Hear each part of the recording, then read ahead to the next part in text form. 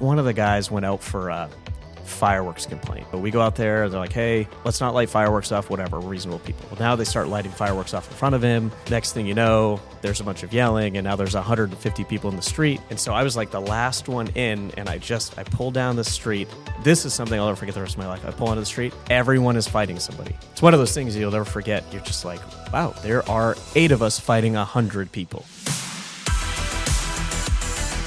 You're listening to 56, a Pinellas County Sheriff's Office podcast. I'm Ricky Butler, back with Laura Sullivan and Ashley Cooley, and we are really glad to be back. It has been a wild couple months down here in Pinellas County.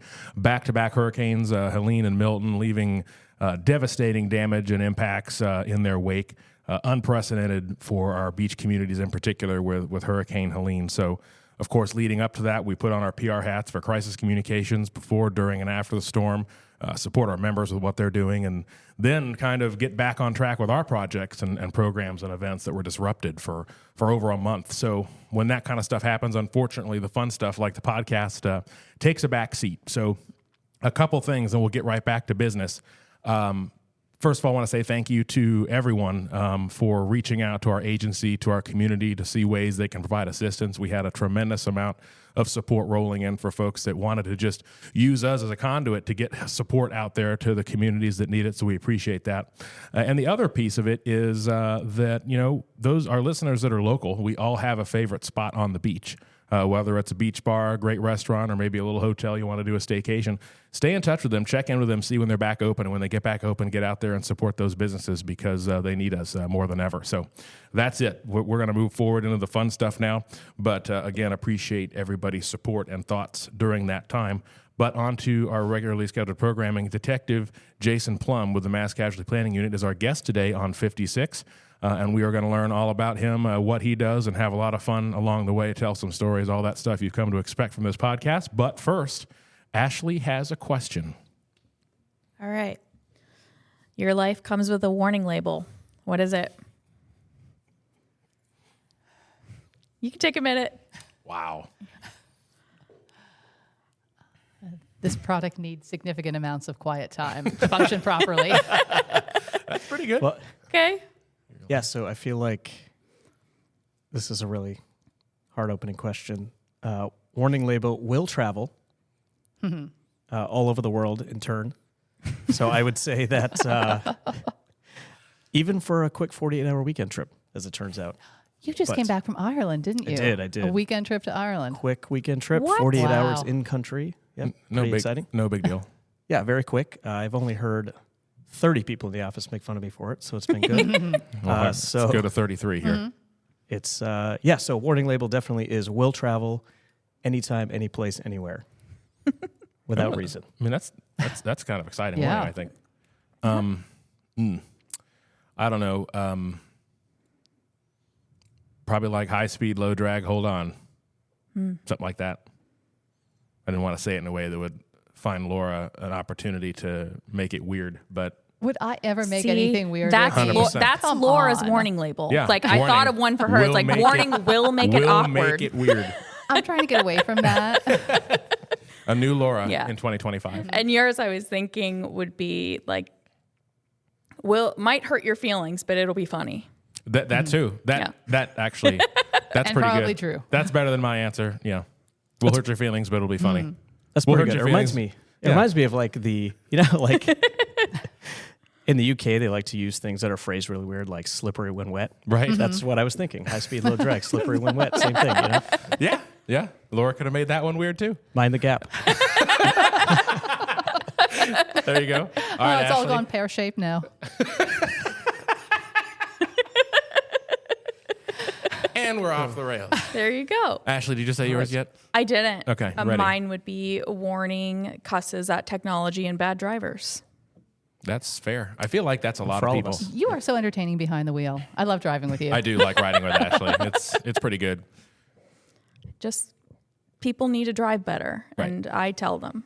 It's like, we could do a whole podcast on that alone. Maybe when we do that. think we should. When we do that wet lab podcast we've been talking about, Is that really going to happen? I hope that probably really happens. not, but we'll see. I mean, the sheriff might come to me after this and say, "Hey, that's a pretty good You idea." keep dangling it in front of me. I know. A carrot, and I keep jumping for it, and it never happens. It would. I would come back for that. Just to be clear. That would be pretty good. We could have like a drug recognition expert in here, like Ashley was saying, and that would be. We could really learn some things. We could. Oh, yeah. We could just have a nice, fun, social conversation with a couple beverages, all in the interest of public education. I feel like we would have to cut a lot of that We episode. would absolutely Guaranteed. have to cut. We would have to cut a lot of it. Be like those TikToks where it's like you see the trend where it's like, my name is such such. This is my first drink, and then they catch up with them at the end, and it's like Correct. hilarious. Anyway, Well, you'd have a solid 8 minutes in that podcast, so Oh, that yeah. would be good. Yeah. By the time you cut it all down, that would be great. Yeah. we recorded for 5 hours and got 8 minutes. That's good. Got it. All right. That's about the cops, right? When the cops goes out to film with law I enforcement. think so. Yeah, I think they're so. out for like 3 weeks and Yeah. they get an hour show. So I think that'd be great. that'll work for us. All right, that was a great question, Ashley. Great job. That Way to was. kick was off the great. new year of podcasts with that one. Thank you. Strong one. All right, Detective Plumb. I just keep thinking Professor Plum, and I just can't. I can't help it. I know you never With the hear candlestick in the library. I know. Yes. Every Oh, time. I I get it Clue. all the time. that every time. Love Clue. So one of the reasons we really wanted to talk to you is, well, we want to talk to everybody we talk to for the different perspectives, but you in particular kind of had an interesting background, and you're a transplant from the north that came down here to PCSO with actually, as we'll find, a whole gaggle of folks from your particular agency, like birds flying south for the winter, I would imagine. Ooh, yeah, quite the gaggle. Actually, that's probably the best way to put it. Actually, Is there like Perfect terminology. Is there like a northern or northeastern word for gaggle? No, but there is this thing where everybody's like, we're going to Florida for the winter, and you're like, when did Florida get an ER on the end? But that's fine. Welcome to New England. Florida. Going to Florida. I like it. But yeah, and everybody wants to come south. It's warmer, and it's desk waiting room. So come on. You're selling Great. it so well. Oh man, yeah. This is Visit Florida is just going to cut this and be like, that was it. That was it. It's death's waiting room Heat and death all around. Come on, and join hurricanes. us. Why not? Florida man, he's Florida man is so well known up there that I had to see him for myself. Yeah, Have I met him? Yes, he lives in Pinellas County. that is actually a brilliant idea for marketing the agency. Is come meet Florida man. We could have fun with that. That's true. Yeah, he's, Ryan is our Cool. resident Florida man, but He is. we could work on that. I like that. Let's go on somewhere. All right, so back to you. So it's New Hampshire, right? So Yes. you grew up in New Hampshire? Yeah, born in the capital and then grew up in a small suburb just outside the capital called Pembroke. Okay. One of those towns where everybody knows everybody. And Right. Your parents grew up there, and nothing ever changes type of thing. Typical small town. Yeah, yeah. And then, so how long were you there? Then because small town, like when you say small town, what are we talking? Oh man, we're talking like 8,000 people, Okay. which I guess around here is substantially small compared to what we have here. But Right. one of those things where like my grandmother was a cop in the town that I used to live in. Okay. That type of small town feel where everybody knows your last name. So Right. when my brother is getting pulled over for speeding again, Right. Again. they're Again. they're like, "Oh, your brother is Jason." All right. Yeah. But it's one of those things where that's all I knew growing up, right? So I'm just used to the small town feel, and so to come down here where there's 8,000 people in 3 square miles, Right. it's It's a little bit different. quite Yeah. different. Yeah. So So you said mostly. So did you move somewhere in your childhood? I did, yeah. So freshman year of high school, we relocated to California in a city called Chino Hills. It's a burb of LA, basically. Oh wow. That's So a that's big quite an transition. adjustment. Yeah. Right? Yeah. That's completely different. Oh yeah, They quite have the difference. 8,000 people, the In-N-Out Burger drive-through out there. Literally. Yeah. It's which In-N-Out, if you've never had it, is fantastic. I by the have way. not. I haven't. You know, I'm going to be that guy. It's good. You're about to call it overrated, aren't you? I am, yeah. I think don't it's, even do not start with me. I'll walk out of here. I think, well, let's go. Fighting words. I think it's overrated. I mean, it's good. I mean, it's better than any fast food burger we have around here. I will give you that. Yeah, But for the sure. way people talk about it, it's like, oh my God. And it's like, But of course, maybe I went to the wrong one at the wrong time. It's the freshness. Everyone in high school, if you got lucky, worked there. Okay. It's the thing. It's the thing, the I still In-N-Out. think about it all the time, actually. Yeah. So how was that adjustment? And was it, I assume, work Yeah. for your parents or something? Or Yeah, it was work. So my parents are divorced. They divorced a long time ago. So they both remarried, both started families. So it was my stepdad got a promotion that transferred him out there. So I opted to go with him and the majority of the family, and it was a night and day difference. I mean, I'm a small town New England boy that's now in a burb of LA, and you kind of feel like, to me, it was like Baby Days Out, like it's, remember the movie? It's like Baby's Day Out. And I'm like, I am way in over my head here. I don't know what I'm doing, but it was, the change was staggering for me. And of course, being in high school too. Mm-hmm. Yeah. So, and it's one of those things where everybody, grew up together. So they all went to elementary school, middle school together, and now everybody's coming to high school. So they've known each other for 10 years at this point. And I'm just some weird New England guy. I mean, I had people being like, "Oh, New Hampshire, isn't that in New England?" I mean, yeah, it's a region. He's like, "Oh, I thought it was another country, like part of Canada."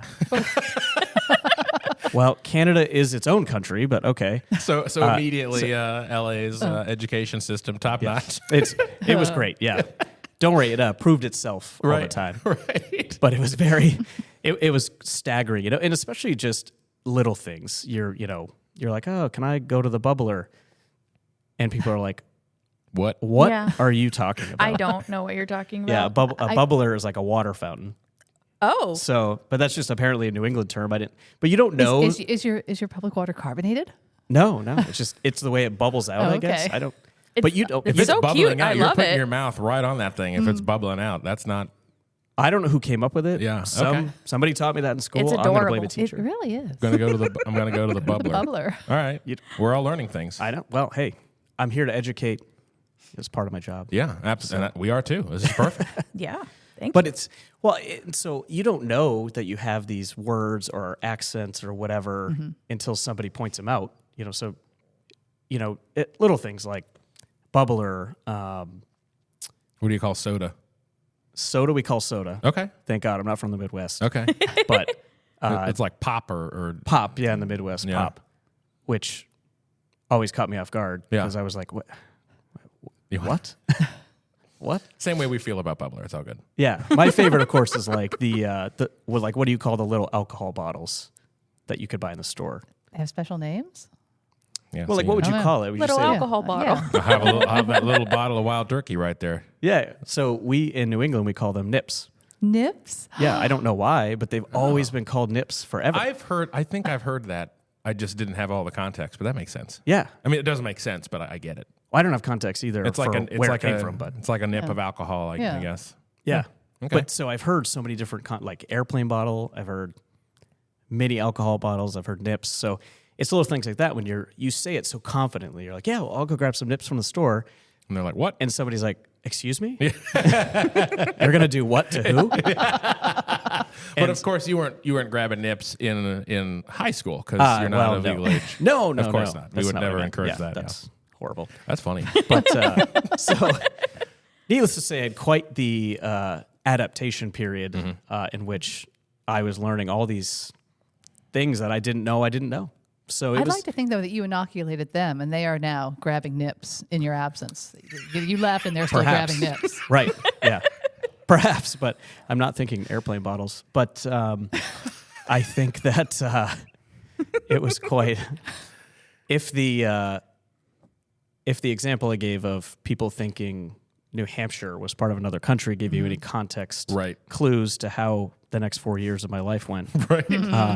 I would say that what you're thinking is absolutely true. Yeah. So you got you finished out high school and stuff there and everything. Yeah. So went there.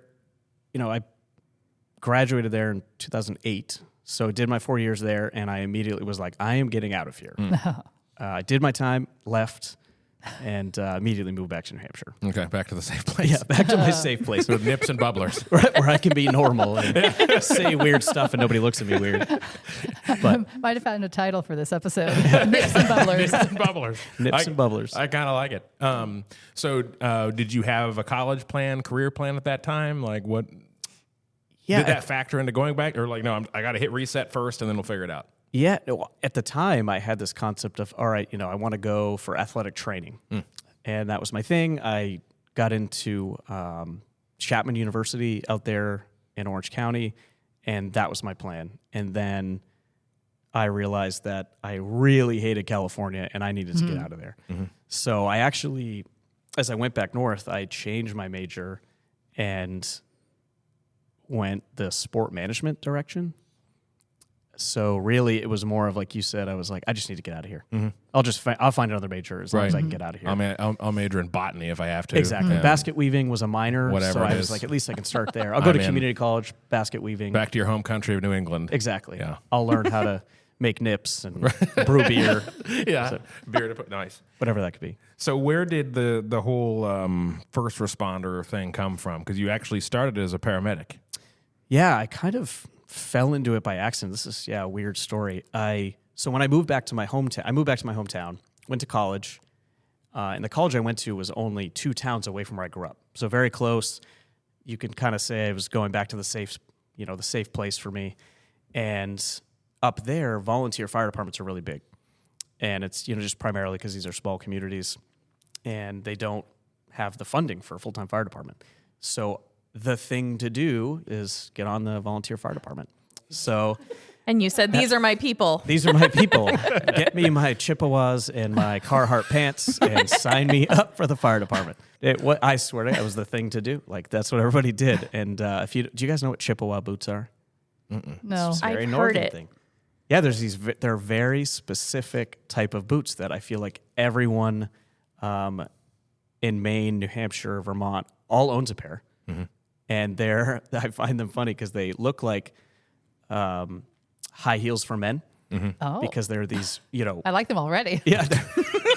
Well, I just always laugh. I'm like, these boots. I'm like, why is the heel 6 inches on these things? Like, what dudes are wearing these that they need the height? But I'm trying to think now what the Florida equivalent or regional equivalent of a shoe that everybody has is in Florida besides flip-flops. yeah, we're just That's gonna say it, flip-flops. Is there anything else? Well, nowadays aren't there the Hey Dudes? Like, that's a big thing Hey dudes. everybody has. Hey now. dudes are in. I've got Yeah. I've got a couple pairs of those. I bet everyone at this table has a pair. I do not. I don't. What? I live in I adapted to Florida very quickly. Yeah. So naturally. You molted and everything and Yeah. It was very easy. We're sticking with the avian metaphors throughout the whole thing. All right, so we got off track. So volunteer fire department you joined. Yeah. So Okay. I joined the fire department because that was the cool thing to do at the time. So I got involved through the local volunteer fire department while I was going to college. And what's unique about it is the ambulance was full-time. So the ambulance was stationed in the firehouse. And I just kind of, I don't know, took a liking to it, thought it was interesting. Maybe it was the driving fast and taking chances. I don't know. But something drew me to it. So I went to the fire academy, got my EMT. And then in college, I was like, I really do not like the sport management thing. I don't even know what I'm studying at this point. So I switched roles and ended up going for paramedic emergency medicine instead, and kind of fell into it that way just by being back and following what everybody else in that small town was doing. So because of that, I got to know, people working on the ambulance, and they were like, hey, come volunteer for us. And you quickly fall into, I fell into it. It's weird. So, and this was in your hometown. Yep. Exactly. Not Rochester, which is where you ended up. Correct. Okay. Yeah. In the hometown. That was just a volunteer fire Yep. department. Just volunteer firefighter. And I think I don't remember if we talked about it with Captain Stang, but we were talking about how a majority of fire departments in the country are volunteer. Yeah. Like It's extremely Department, common. Yeah. which is a crazy thing for people that live in more populated areas, but it's totally the norm out there. Yeah, absolutely. You would have no idea. I mean, around here, everything's full time, but if you go up there, everyone's a volunteer firefighter. Everybody has a volunteer fire department. Everybody has,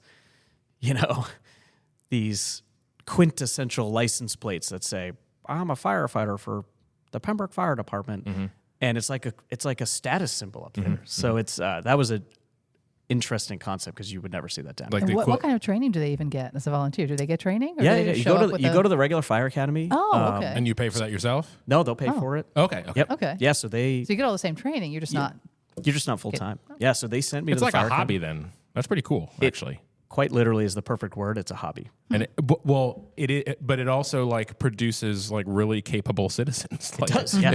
If you're 20 something years old or whatever, Yeah. and you're like, hey, I'm going to go do this. You help the community and you learn a very important skill. Yeah. I would absolutely. think. Yeah. That's it's a good way you said hobby because I feel like everyone had a full-time job. Sure. And this was their thing. On Tuesday nights, we would go to the meetings, and people just kind of, they get caught up in a hobby. And The meetings. What's the plan this week? Fight fires. fires. Next week, more fires? Yeah. So what we're going to do is we're going to put water on the fire. All right? All right, we'll see you already next week. All right. Good training. All right. We'll see you all at Applebee's.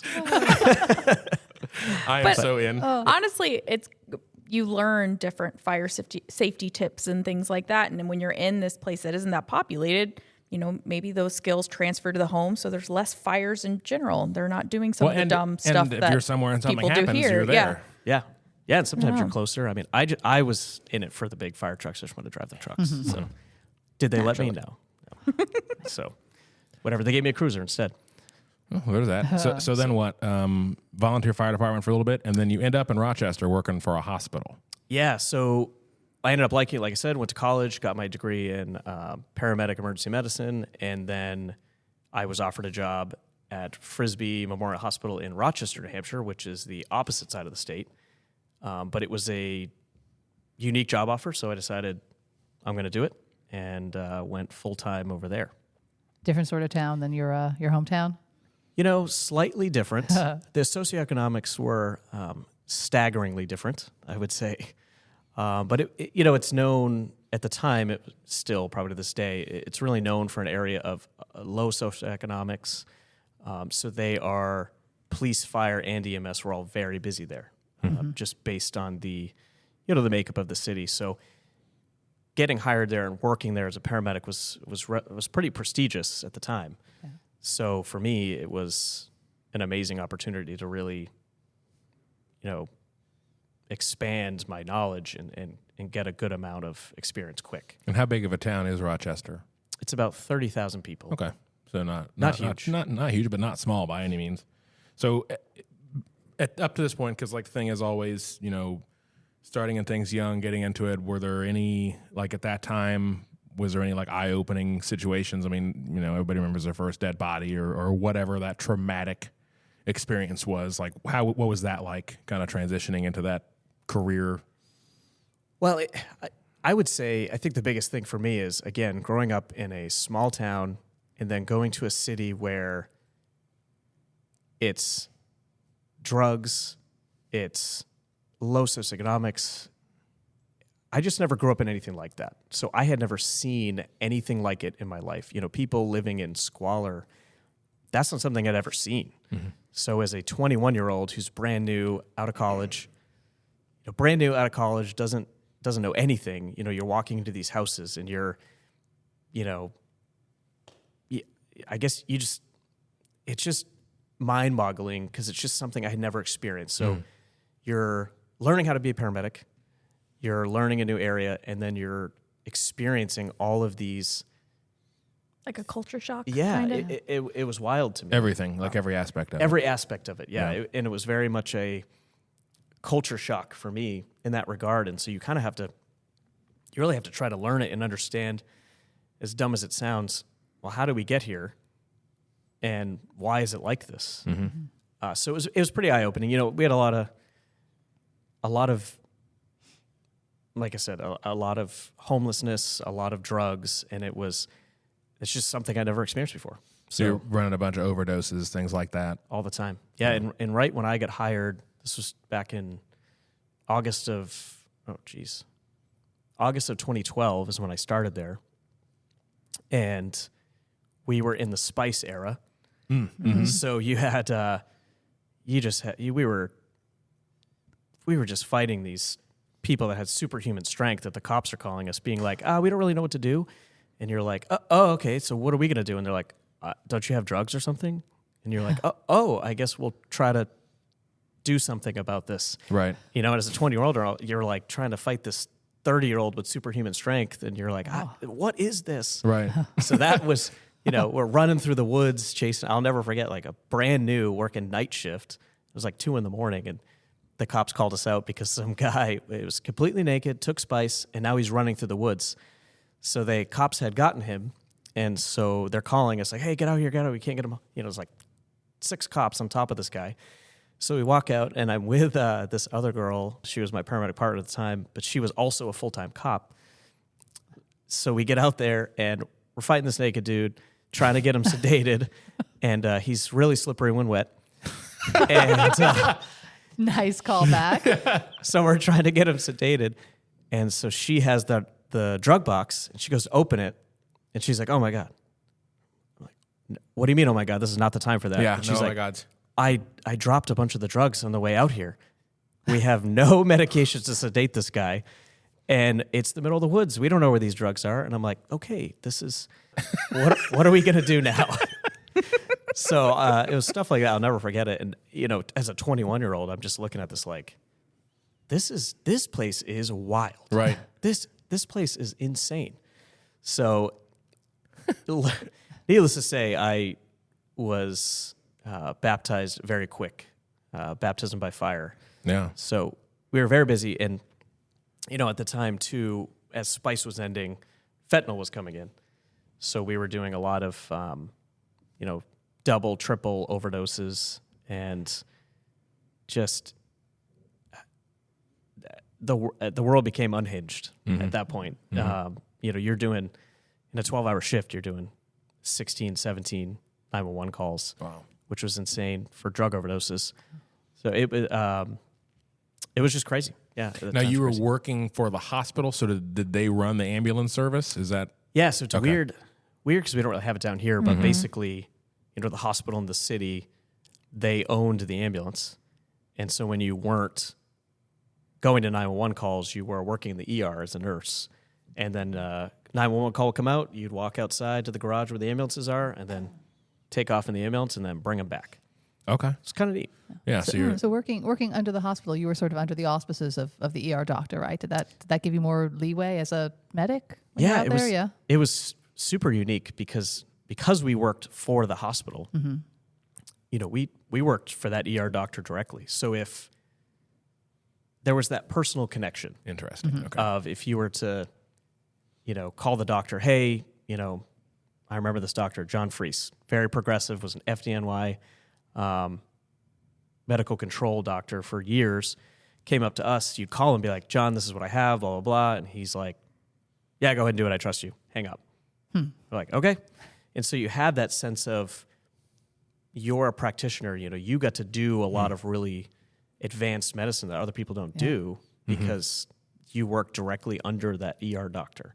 So it gave us a lot of freedom. And it, as a 21-year-old kid, to have that much autonomy is kind of wild to think about in that freedom. Yeah, because it's different. It's different everywhere depending on the system. But I know there are others that the hospital runs a service. But that is interesting to think about because down here you've got Sunstar, you've got all the the fire departments have they're running medical, and they all kind of have different protocols. And then of course you have the protocol of the hospital when you get there. So now that this cuts all that stuff out. So I thinking through that as you're saying, I'm like, holy crap! Like that you probably did some really crazy things. Oh yeah, I mean it was.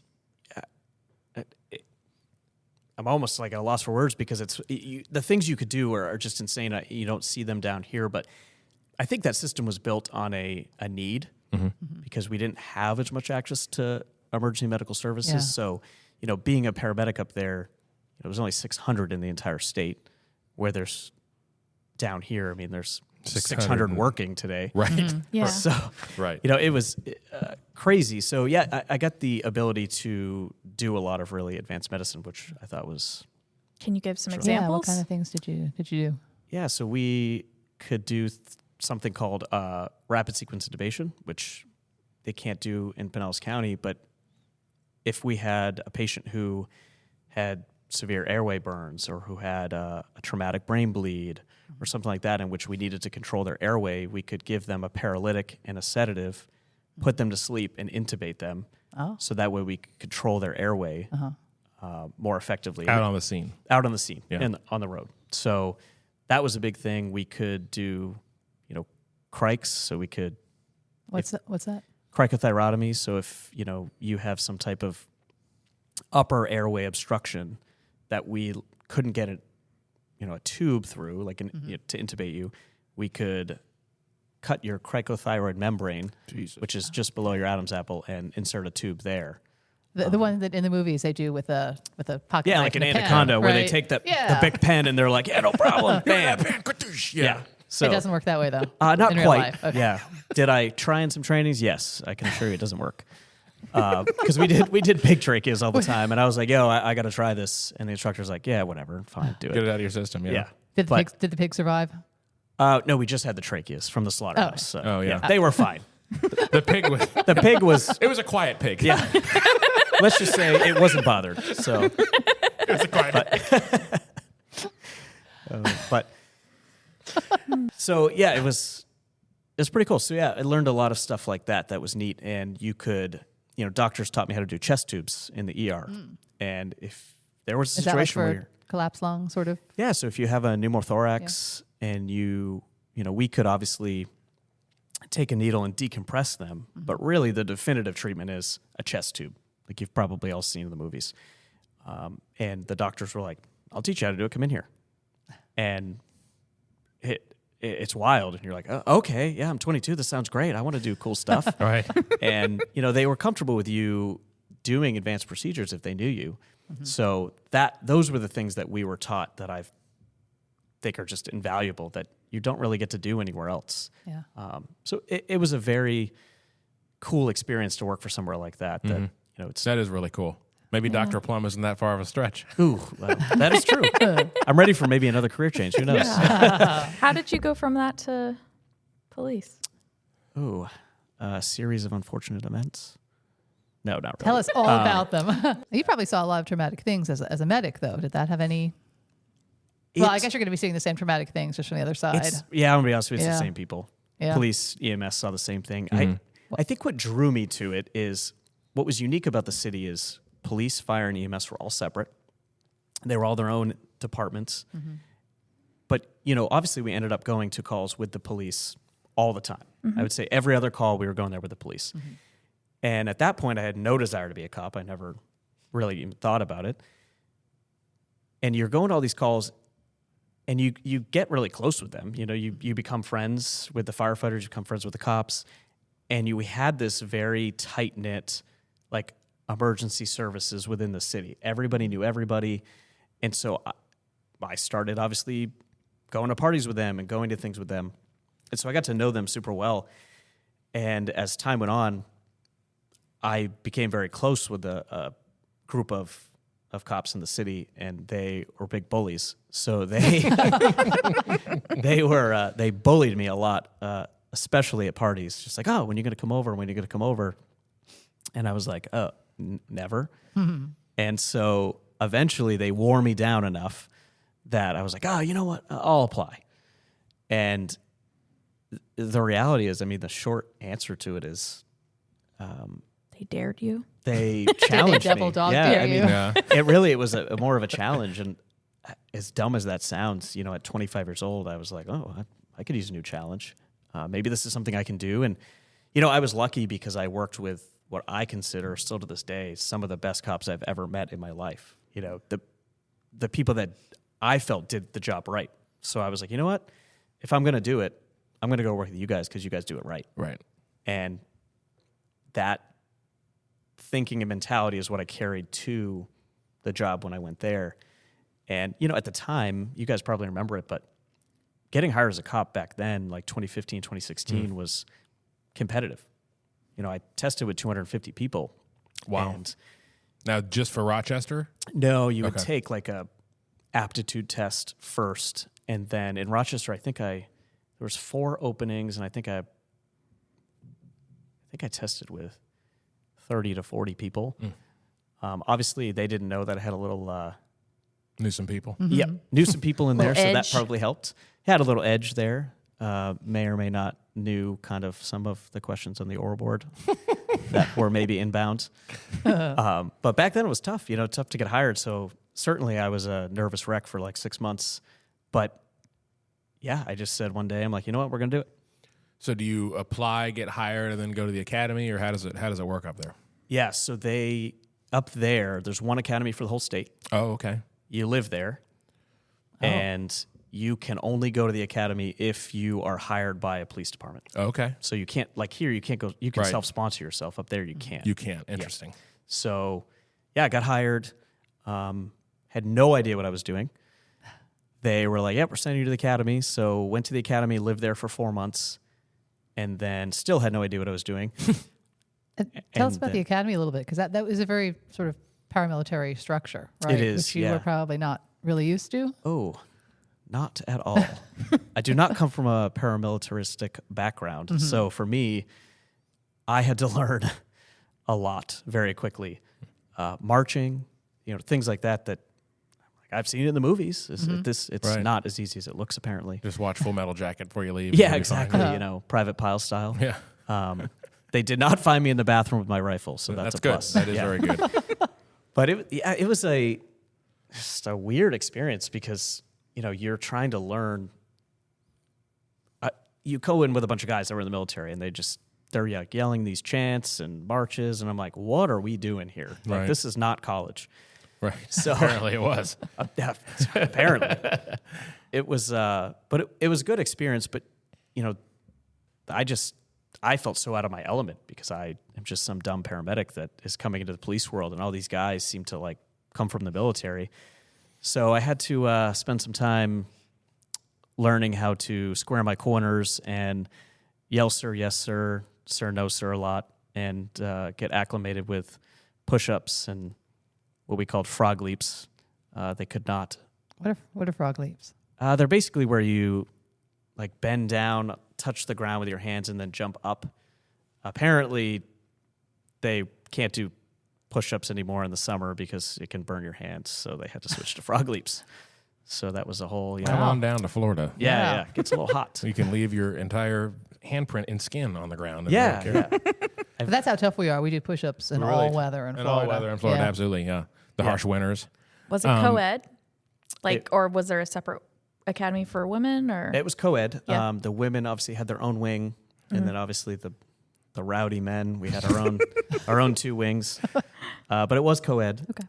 And it was basically, we would be up at 5 a.m. for PT. We would change, march to chow. And man, I'll tell you, the first 2 weeks, I could not figure out marching. I have 2 left feet. I don't know what we were doing. Probably got yelled at about 15 times. And I don't. Don't they actually call out left, Cadence. right, left, so you know which one to do? Yeah. That's not as easy as you think. Okay. But when you don't have a right foot, you just have to go If you have left, 2 left. lefts, I'm like, which one do I use? All of them. Just all of them. Man, it was such a foreign concept. So obviously they always picked the military guys to be the leaders. So it was interesting. Yeah. So then, we had a lot of classroom time, and unfortunately at the time, you're up. It's very, very regimented, very structured. So I was tired all the time. So they banned energy drinks and snacks. So the only thing you could have is black coffee. Ooh. Well, I've never drank coffee a day in my life.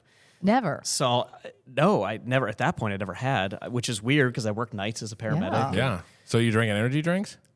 No, I wasn't even drinking energy drinks at the time. You were doing nothing. You just A caffeine-free I was life. raw dogging life. Just, I didn't, no caffeine. No. It was crazy. So of course, one day, we're not allowed to talk in the academy, but in the bathrooms you could talk. you're not allowed to talk. That had to be hard Oh for yeah, you. you're not allowed to talk. So you go to chow and you're eating dinner. You literally stare at each other like this, and no talking was allowed. So you just eat in silence. Wow. Why? 3 meals a day, you eat in silence. Oh, well, it's building character, right? Or something like that. I don't know. Yeah, if you're like in an Eastern European orphanage or something. It was like, well, and of course, horrible. get a bunch of 22-year-old, 25-year-old guys together staring at each other while they're eating. What do you think happens? The dumbest shit. Somebody is giggles, and next thing you know, everybody's laughing, and you're on the You're all ground. doing frog jumps Yep. or whatever. You're like, all right, we'll do 100 frog leaps when we get back, and you're just like, well, f me then. I guess I'm just gonna eat this chicken. I'm gonna eat this raw chicken and keep going. Wow. So it's just weird. It was so regimented, right? So now I just think it's bragging rights because why do we even do that? Right. But Did they all have New England accents? Because I would have a really hard time if somebody was screaming at me like Mark Wahlberg. I would just really struggle. oh god, no! Surprisingly, they didn't. Okay. All right. Which don't worry, that will come later. Yeah, but no, they didn't. I don't Okay. know. They just yelled, and I just kind of toned it out and was like, all right, Whatever. What are we eating for dinner tonight? Is really what I care about. Right. I'm very food motivated like a dog, so it works out well. You would have been a good canine. Yeah, I probably would have actually. Yeah, like the actual dog. Yeah, not quite. Not golden retriever though. So wait, you tried coffee? Oh, First yeah, time then? sorry. Yeah. How did we even, what the I hell don't just even happened? We digressed. Yeah, I asked about energy drinks, then we lost it. Well, now I drink 100 of them a day. So we're in the bathroom. I'm like, guys, I cannot stay awake. This is the only time you can talk. So I'm like, oh, what do you think? And they're like, well, try some coffee. I was like, oh, I don't drink coffee. And they were like, all right, well, then fall asleep in class again. I get yelled at, and we all get to go outside and do frog leaps. Because I was falling asleep in class every single day. I'm like narcoleptic. It was crazy. Just be like looking over, there's Plum sleeping again, doing the head bob. So I'm like, you know what? All right, I'm going to try it. So I had 4 cups of coffee in 1 hour because I didn't know what else to do. I'm like, well, this stuff tastes fine, and I need to do something. I probably had the world's worst anxiety.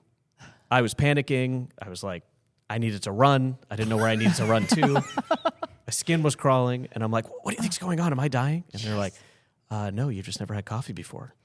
And it was absolutely terrifying. So I could just see you in the space drinking the coffee, and they can't talk to you, so they're like, what are you doing? And I just had no idea. I'm just like smoking these cups of coffee. Like, guys, it's fine. Why are you all being weird? You're just like, what do you know? It was, and you're just, it's like black coffee too. So it's just like, yeah, guys, I'm fine. This is fine. Yeah. Till I'm not fine. And now I'm in the bathroom like, guys, does anyone know why I'm going crazy? And they're like, yeah, you just had 4 cups of coffee. Do you know how much caffeine is in that? I'm like, no, I've never had caffeine before. And it was horrible. So now, instead of, where the hell did you come from? I know. Well, same thing. Everywhere you've gone. Like. Every time. Everyone's like, how have you never had coffee? And I'm like, guy, I don't know. I just never have, never needed it. I'm high on life. Why would I need caffeine? Well, I learned very quickly. Holy cow. That stuff, just anxiety.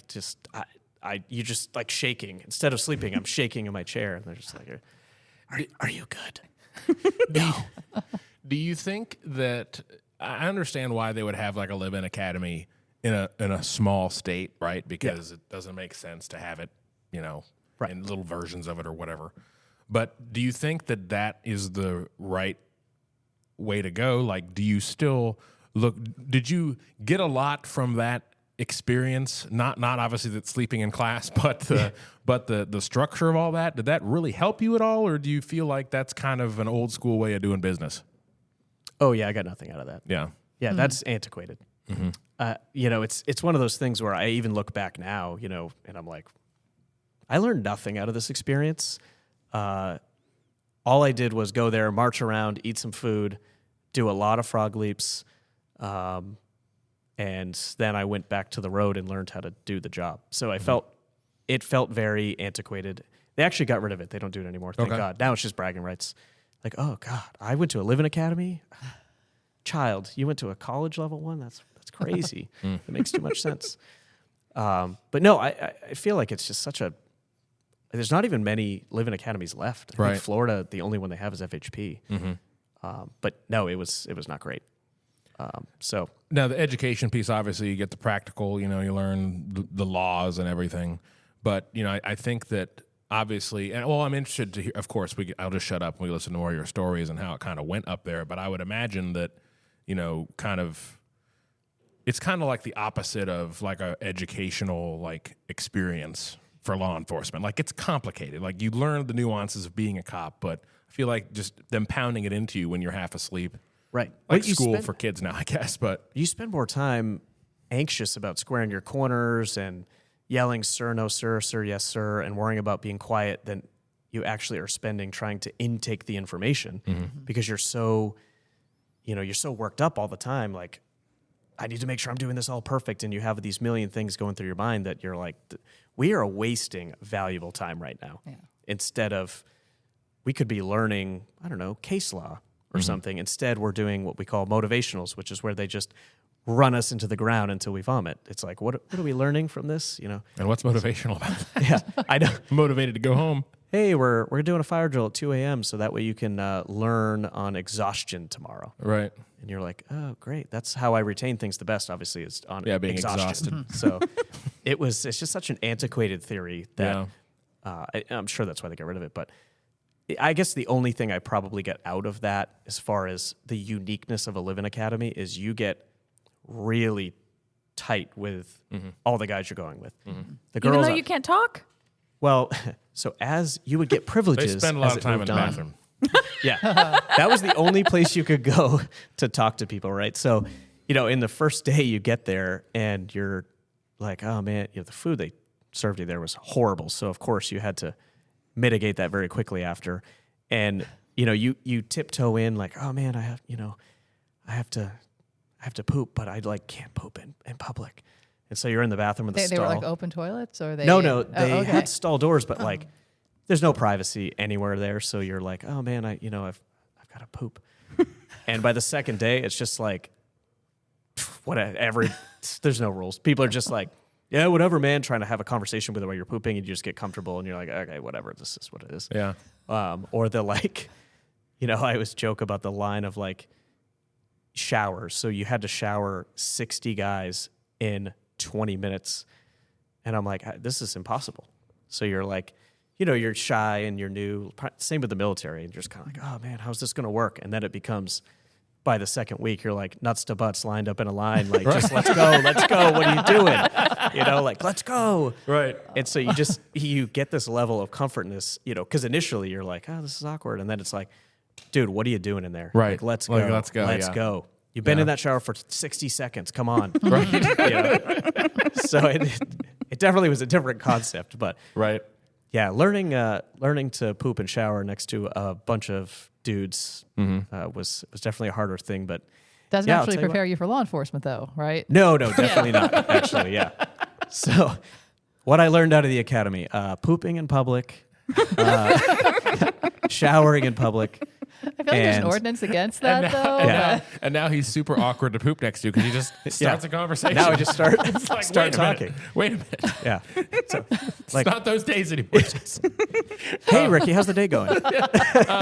What? Let me watch my TikToks. Please leave me alone.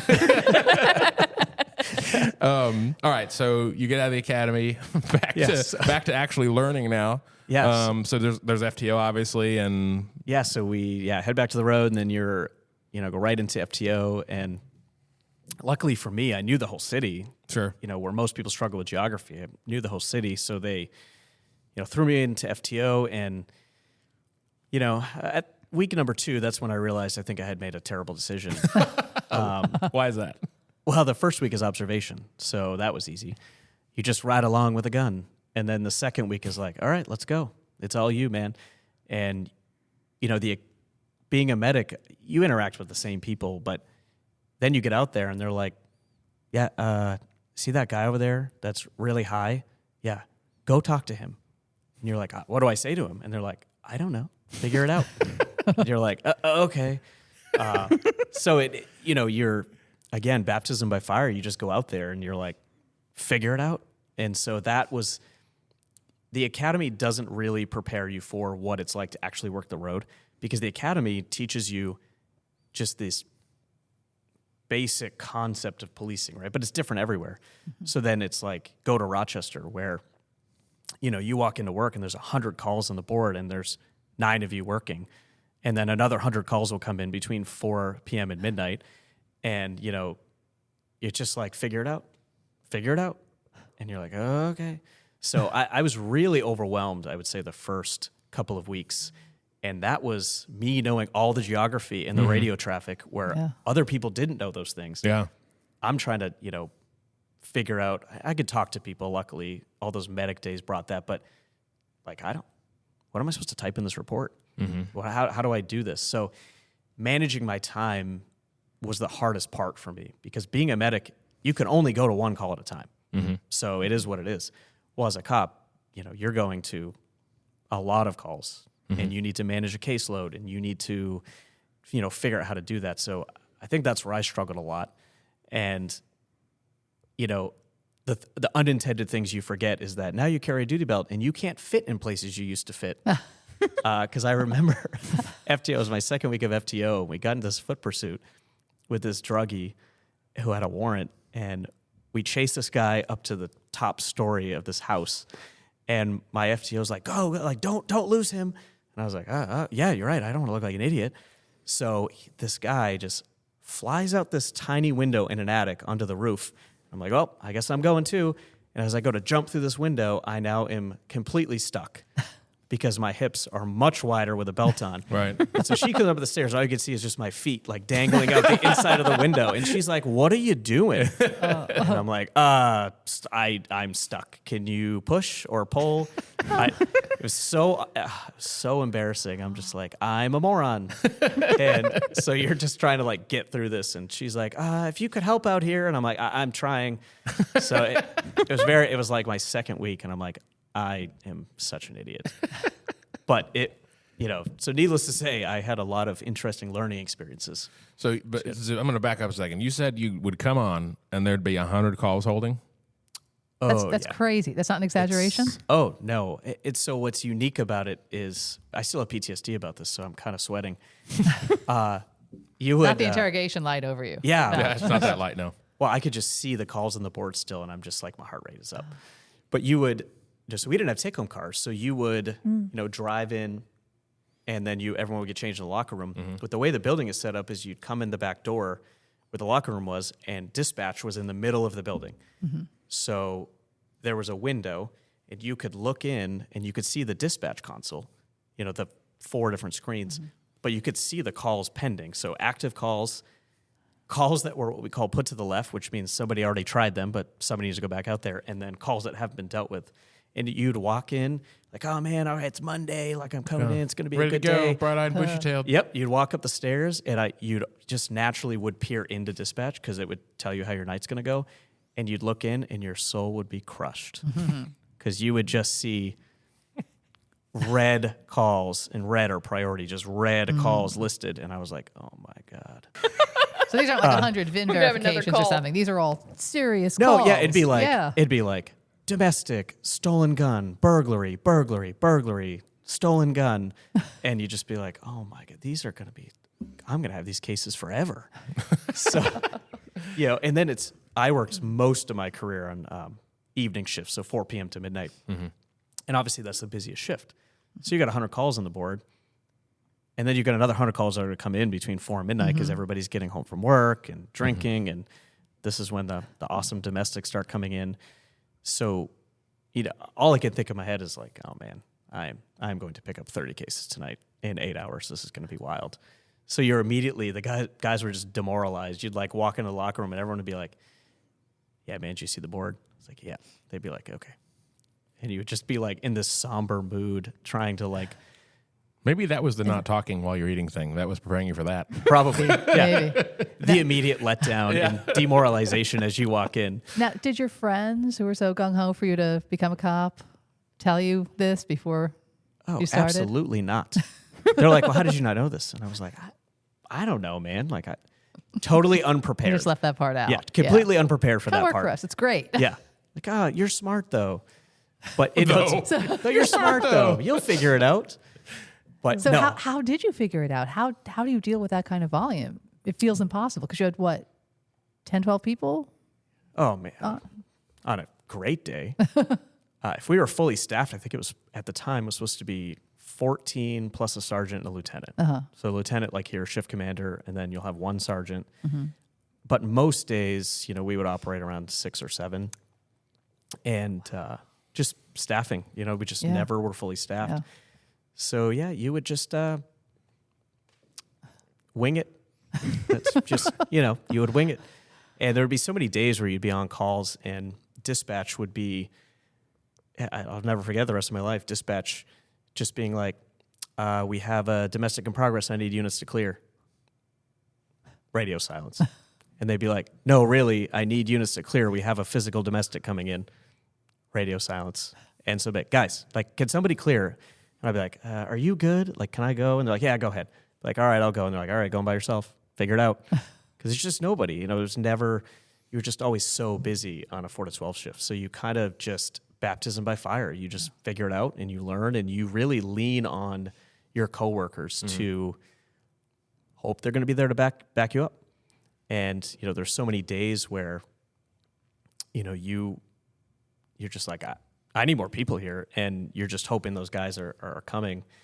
And I used the example of, a couple of years in, my buddy Alex Turgeon and we get dispatched to a call for somebody pointed a gun at somebody, and he gets there before me. And as I pull up, he's actively fighting this dude. So I get out of my car, and I'm like, get me more units. Like, we got somebody fighting. And so Alex is yelling at me. He's like, no. The guy with the gun is over there. And I'm like, who are you fighting? So I'm like, I pull my gun, and the guy's right there. So now I have him at gunpoint. And I'm like, I've got Alex is fighting somebody. I got one at gunpoint. We need more units. Radio silence. And you're like, well, this is kind of a shit show.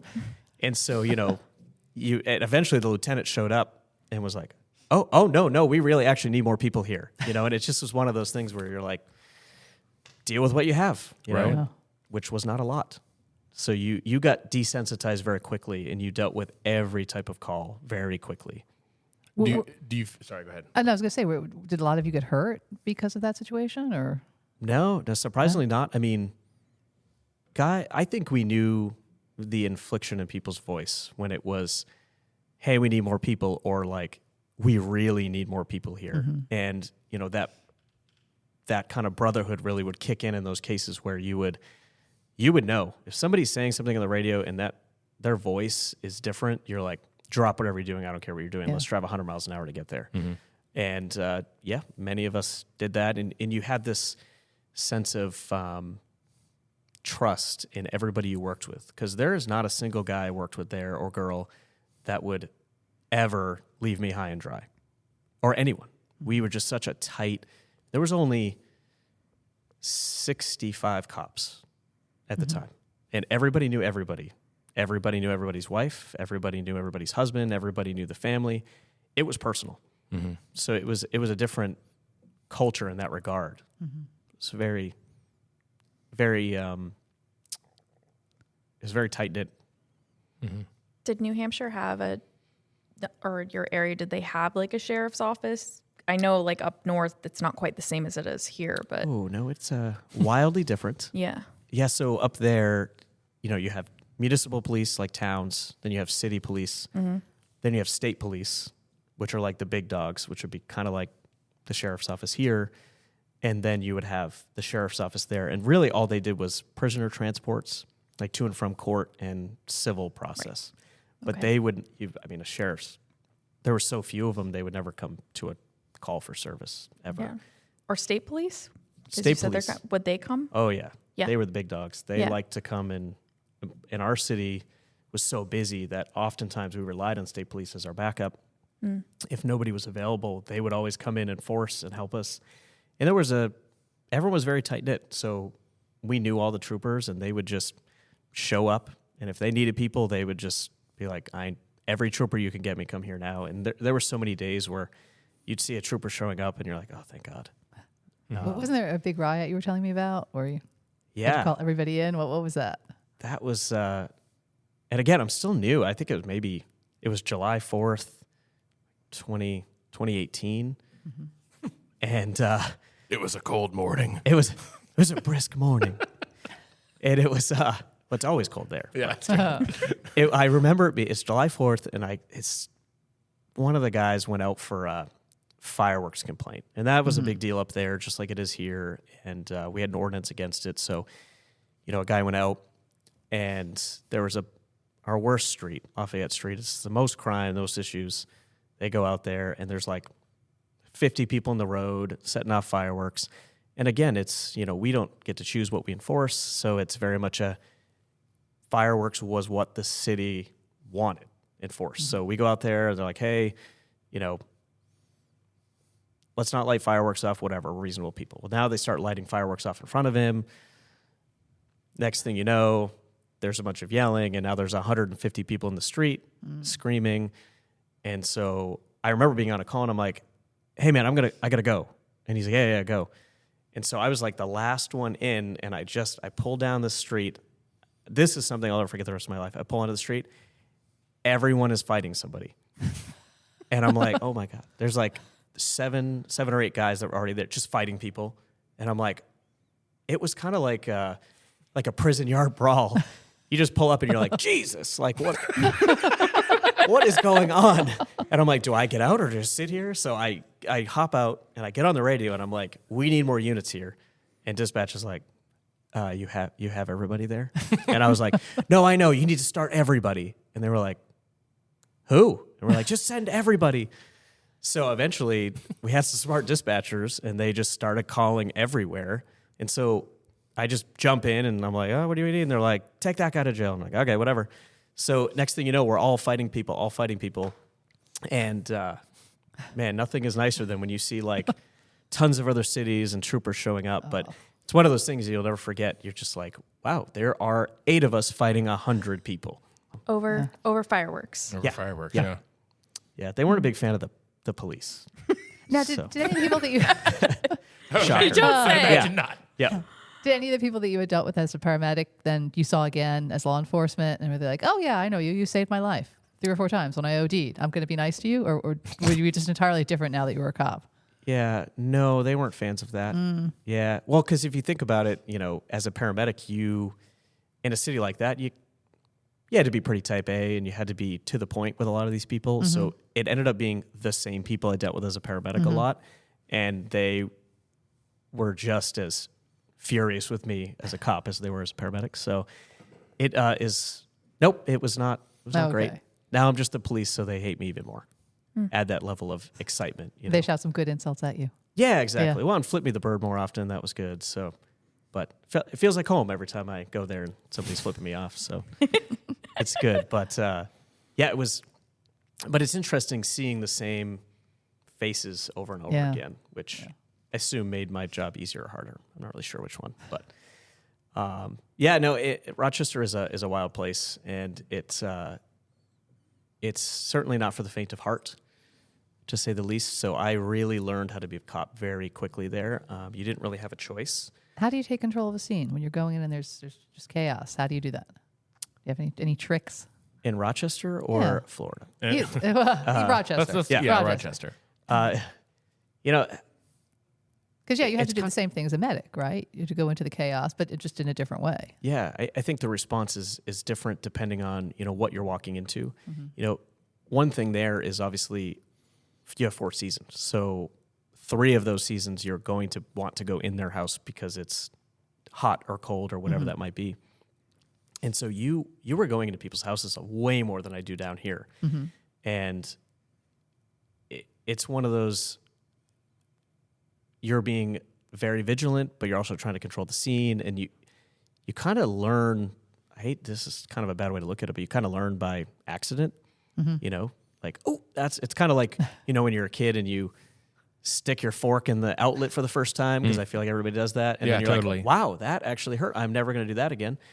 It was the same there, where you're like, oh, that guy. I'm a little guy, so I don't like Captain Stang is a lot bigger than me. Like, I'm not going to try to fight somebody that size because I will literally lose every time.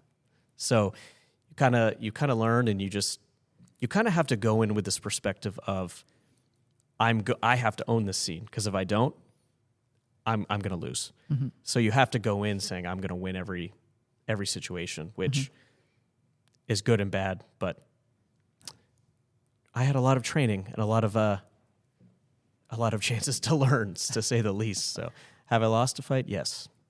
So it is what it is. But you can't outrun Motorola, just so you know. And there's that, yeah. Yeah. In Motorola and helicopter. Yeah. I think going into people's houses would feel like so vulnerable, because you like officer safety is kind of what I'm thinking. Like, you have no idea what's in there. Right. That's just mind blowing to me. I didn't think about it with it, the weather being that way, that you would have to enter a lot of people's homes not knowing what the inside situation is at all. Far more than here, really. Yeah. Because here I like to conduct business outside. That's my safety. That's my safe place. Safe place. Where there, a lot of times we're going into houses, or, down here we have a lot of 1-story type houses. There, everything's a 2-story or triple decker or something, where I have to go to the 3rd floor for that domestic where, something's happening. And from an officer safety standpoint, my head's more on a swivel when I'm going to people's houses because that's your safe space. It's not mine. Right. So you never know kind of what you're dealing with. And, you know, Rochester scenario, sometimes there'd be 8 people living in a 1-bedroom apartment.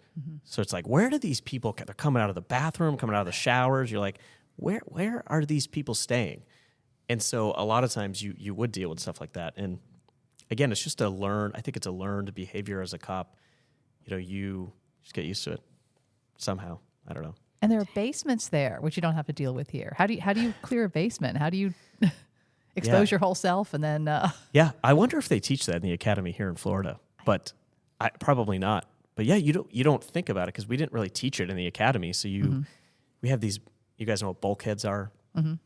You know, so bulkheads, you know, are kind of like at an angle into your basement, and you would be like, I remember going to a call and they're like, yeah, this guy broke into my house. He's in the basement. And I was like, oh, down there?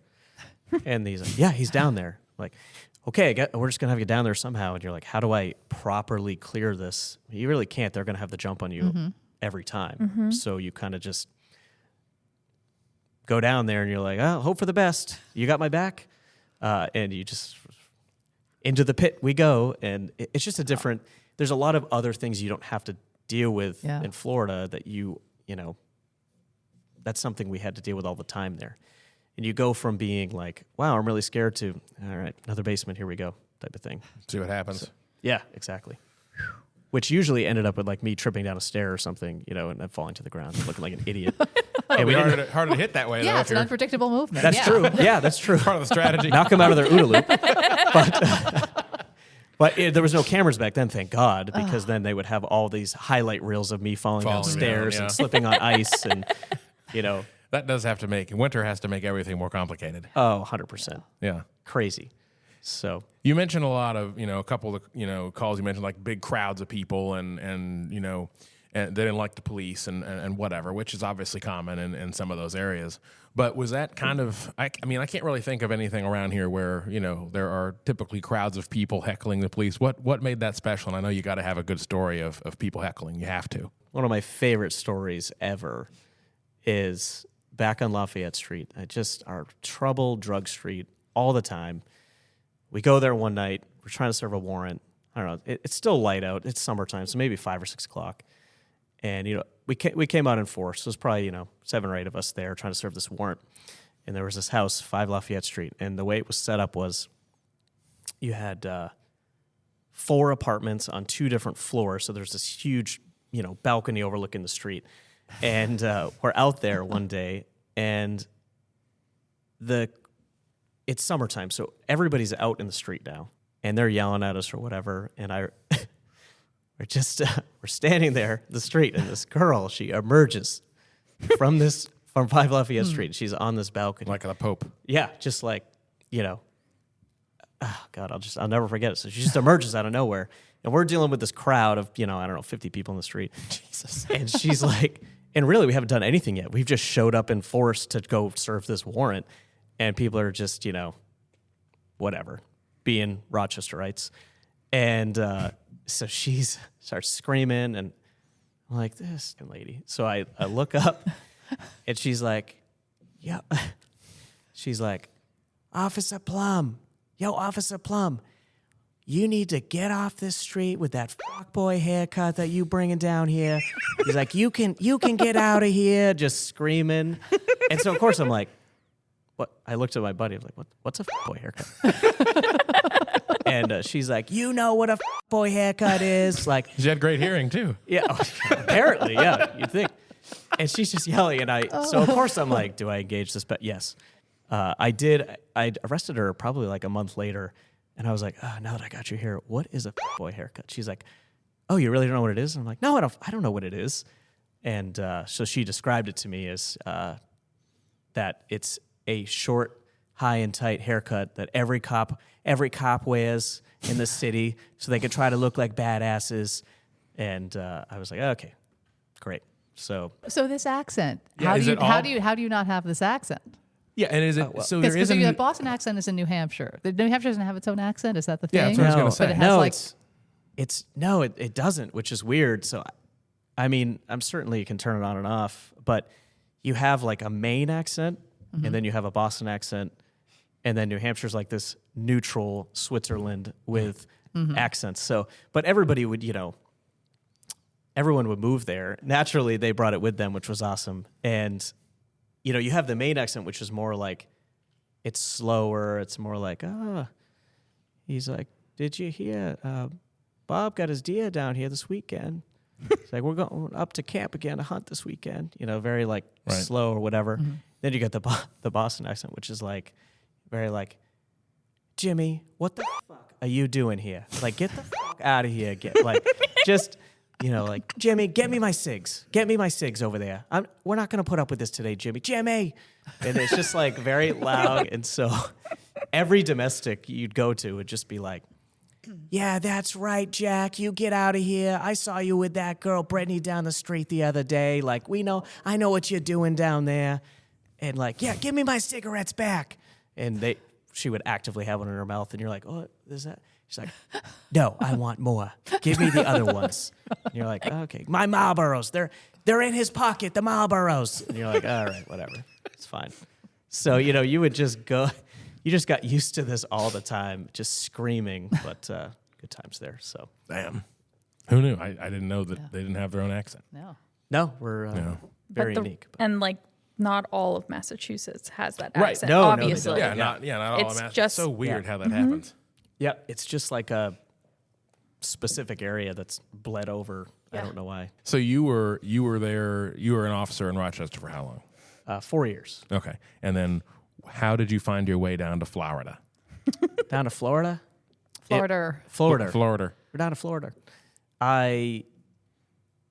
So kind of weird. I liked my job. I had no complaints. I never planned on really moving, to be honest. But I went to D.C. in 2018 for Police Week. So National Police Week they do every year in D.C., and it basically honors, officers that were killed in the line of duty the year prior.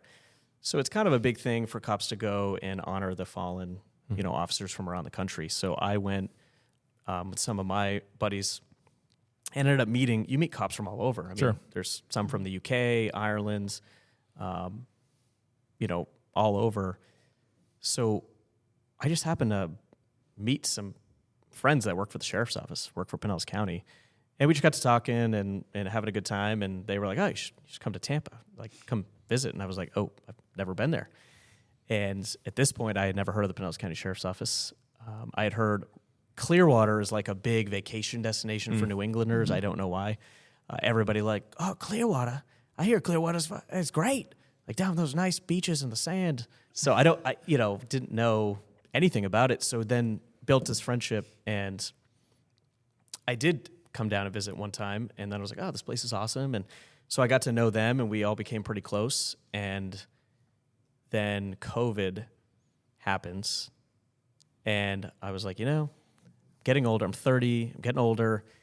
If I'm going to make a move, right, I got to do it now. Otherwise, it's going to affect my pension, or it's going to, as you get older, you kind of like. You got to make a move now. Yeah, exactly. Right. So I said, you know what? I'll put an app in. We'll see what happens, whatever. And for some reason, they hired me.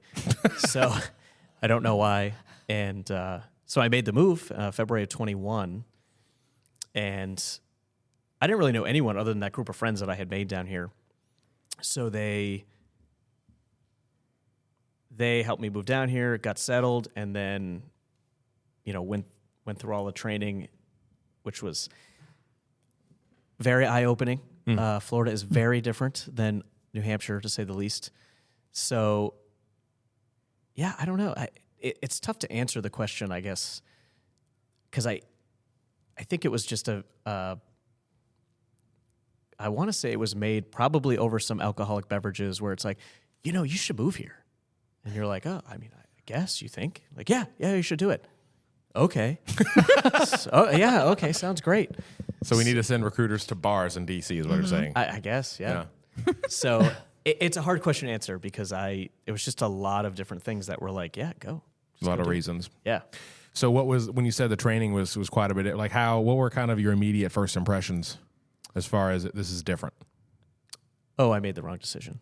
Okay. That was the first thing I was like, I have made the wrong decision. When you come here as like an experienced cop and then you are going to what our in-house academy, which is 5 weeks, and it's very regimented, and you're getting screamed at by people who, have been cops less than you, and you're like, I am in over my head. What am I doing here? Why am I getting yelled at again like the academy? And, getting treated like the new guy is certainly a hard thing. And being new is hard anywhere, but going from an area where, like, you knew everybody, you knew everything, you were very experienced. Big fish in a small pond. Yep, you're right.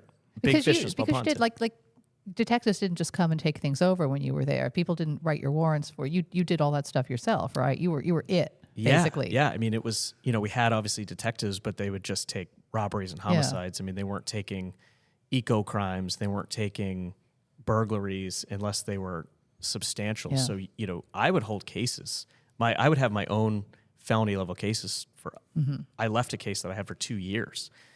You work your own warrants. You write your own search warrants. You write your own arrest warrants. You do your own subpoenas. So you really learned quickly how to be a cop and how to really be a detective also, to coming to here. And you're back where, on the first rung again. And where no you're one a knew brand what you new guy. knew. And they're like, oh no, all your reports need to be done by the end of your shift. And then the specific detective unit will take that case for you to do your follow-up, which is really the right way to do it. And I was like, what do you mean? They're like, well, if it's a theft or a burglary and you have a ton of follow-up, a burglary detective will come take that. And I'm like, what?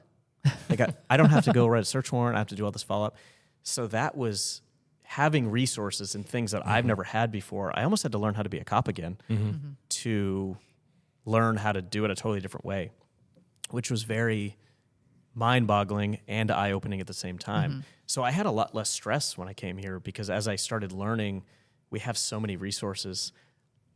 I was way less stressed and I was free to solely focus on my job and doing community-based stuff and being proactive, and those were important to me.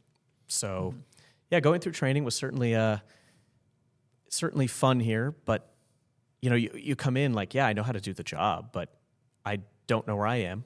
I don't know north from south. I don't know how to talk on the radio here. I don't. You had to learn signals and 10 codes that not a single 10 code is the same as New Hampshire, not a single one, not even 10-4. Really? So you had to learn everything. 10-4 for us was 10-5 there. I don't know why. I thought 10-4 was pretty universal. Yeah. Yeah, you'd think, but not for me. So it was. There's all these things that you have to learn, and needless to say, it's just a different vibe. But luckily for me, right after I got out of training, they put me in Squad 1 in Lellman. That was perfect for me because.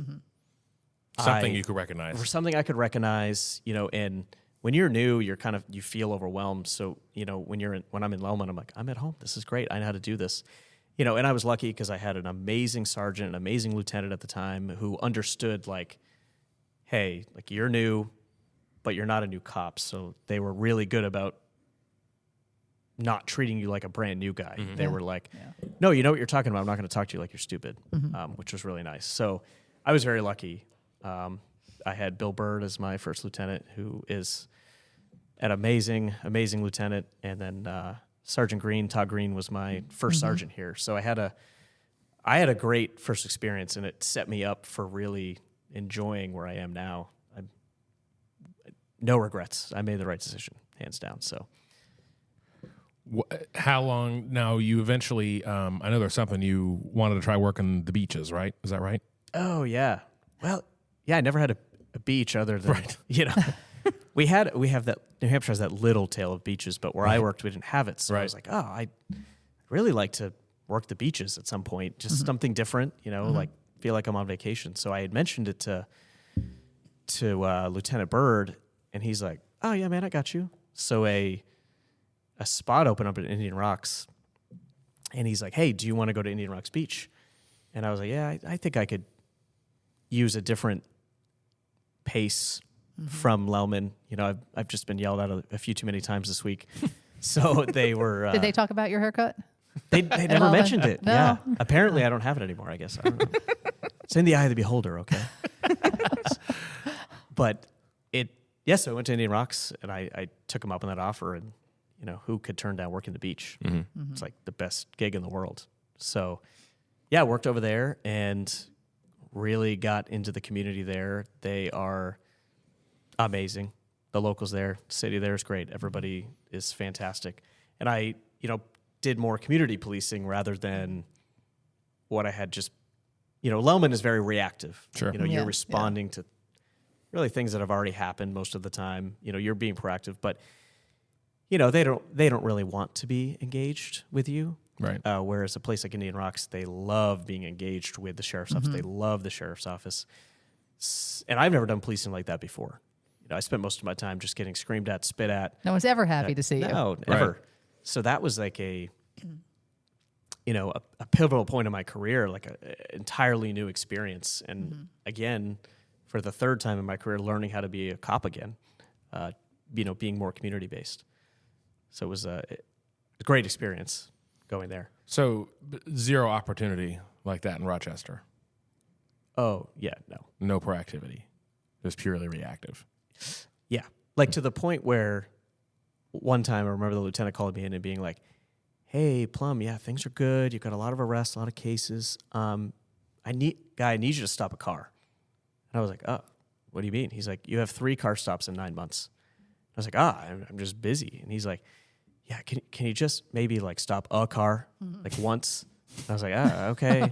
Is it a totally different concept to where here you have a lot of time to conduct traffic enforcement. There it was like, "Guy, please just stop a car." Like, right.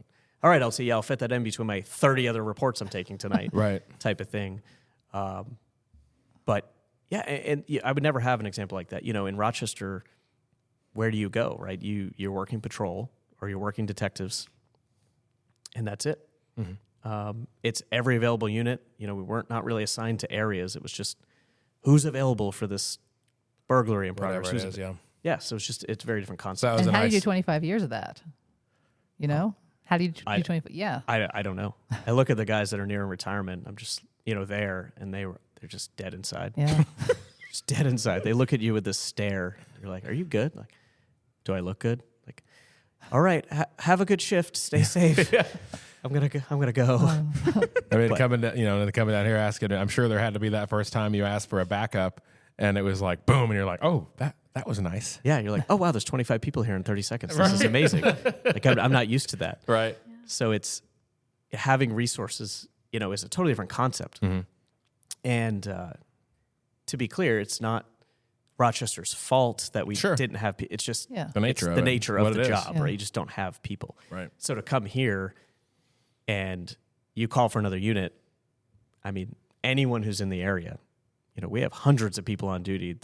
It could be a civil unit. They're there, and you never know who's there. So having adequate backup here and resources, the sheriff's theory of, it's a crime. Like we're going to investigate this. Where in Rochester, a lot of it was like, yeah, they stole a Pop-Tart. Like, do you really want to go through with this from the store? Like, we will. It's a crime, but like, we just have a lot of reports. Right. Where here it's like, no, that's a crime. Right. We have the resources. We're not putting up with this. So that was a different, concept for me as well. And that does obviously drive. I mean, people do come here like, wow, you got a lot of cops, a lot of this, a lot of that. And it's like, well, that's what keeps the community in check. We're not gonna, there's people that are new here that think they're gonna go with stuff. They don't. But that's why we have kind of the safe community is we do that. The funniest part about the beach is, everybody talks about like, oh, the beach is a little slower pace and things like that. But yet I've been in a pursuit on the beach, which ended up on an HBO special, which you guys should all see. I've ended up with some really crazy calls on the beach.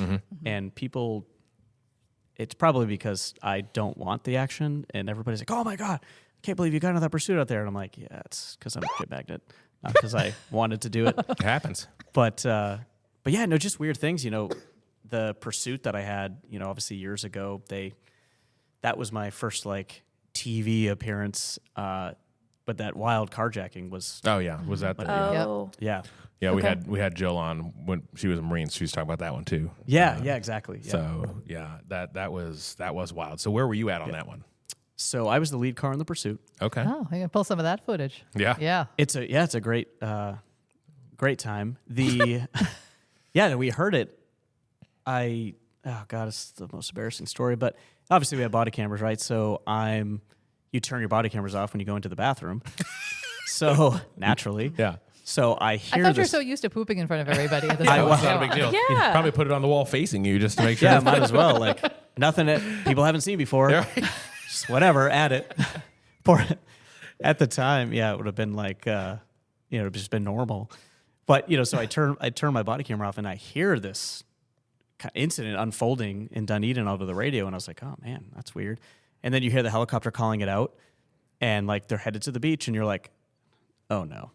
So you're like, get up, get everything back on. I like run out to my car and like running out to the car and now I'm like heading up and now you can hear the helicopters calling everything out. And I'm like, oh no, it's coming. It's really coming. It's coming. Yeah. So I call my partner at the time and I'm like, hey man, you set up spikes here. I'm going to go up and set spikes in the end of the Baylor Causeway. He's like, yeah, I got you. So I go up there and as I'm pulling up, to the base of the Baylor Causeway, there's the car, no one in pursuit. And you kind of do the double take of like, what is that the car? Are we sure it's that one? Like there's nobody chasing it. Right. So you have that quick second of like, I guess it's me. I got to go chase it. So, get into a pursuit with this car and whatever, leave out the middle part. You can watch the TV episode. But, we're making this show and they're like, yeah, we pulled your cruiser camera. We pulled everybody's. Wait, so you tried to pit him and that sent him. Yeah. Yeah. So, okay, that was you. Okay. Yeah, that was me. Yeah. So, well, since you brought it up, I'll just bring it up. Yeah. Yeah. So we go down the pursuit and you can't. It's Gulf Boulevard Sure. in March. Right. During spring break. So I've got 2 lanes the whole way. This guy is just driving insane. Right. So as you're driving, obviously adrenaline's really high, but you're also like, I'm gonna hit somebody. Right. So you're in the zone. You're really focusing on. I don't want to hit anybody. Right. This is spring break. Right. So I was, You have a conscience. He doesn't. yeah, Right. Internally, I'm like actually nervous about hitting somebody. So, you've got shift commanders over the radio like, let's pit the car. And I'm like, yeah, I want to, but it's a 2-lane road with, if you've been to Indian Rocks Beach, half of it, the sidewalks don't have curbs. They're literally just build the on house the or road. building or yeah. Right. And a lot of the beaches are like that. So, if I'm going to go in for a pit, there's just so many other things I have to think about. If you're going to, FHP can pit a car on the highway, like, okay. If I'm going to pit a car, I've got to deal with hundreds of people walking up and down the roadway in the middle of spring break, which if you've been to the beaches in spring break, it's a disaster with traffic and people. So, as you're chasing him down, he's able to carjack another person, which is wild. But you're also dealing with the traffic. So finally, you get down there and you kind of have to make the decision, well, it's now or never. I get this opportunity. And so the pit really turned into a ram because Right. he moved, yeah. He moved and it's out of control. And, I end up, ramming him basically into this parking lot and he ends up crashing, which is great. And then, because he was high on drugs, he decided to jump in the intercoastal after I had to chase Naturally. him. Yeah. Chase him through the mangroves and knee-high mud. Still better than snow. Yeah. Yeah, a lot better. So it's one of those, if you were to explain that to somebody, they're like, there's no way this happened. This is the wildest thing I've ever heard. Well, that's how we watched it. We were watching it Yeah. going, holy crap. I mean, that was wild. I forgot. I knew that subconsciously, but I forgot you were lead on that. That was a good time. Yeah, and it was It's wild. one of those you got to watch it. Like from the time you ram him, you got to watch it like 4 or 5 times to catch everything happening. Right. The baby stroller, the guy falling. Yes. I mean, it's like, Just, pause, replay, pause, replay. yeah, focus on this time, Yeah. It just is what it is. It's the nature of it. But, people, one thing that we get on our end, obviously, when we put that stuff out, it's like, oh, you guys are just letting it go.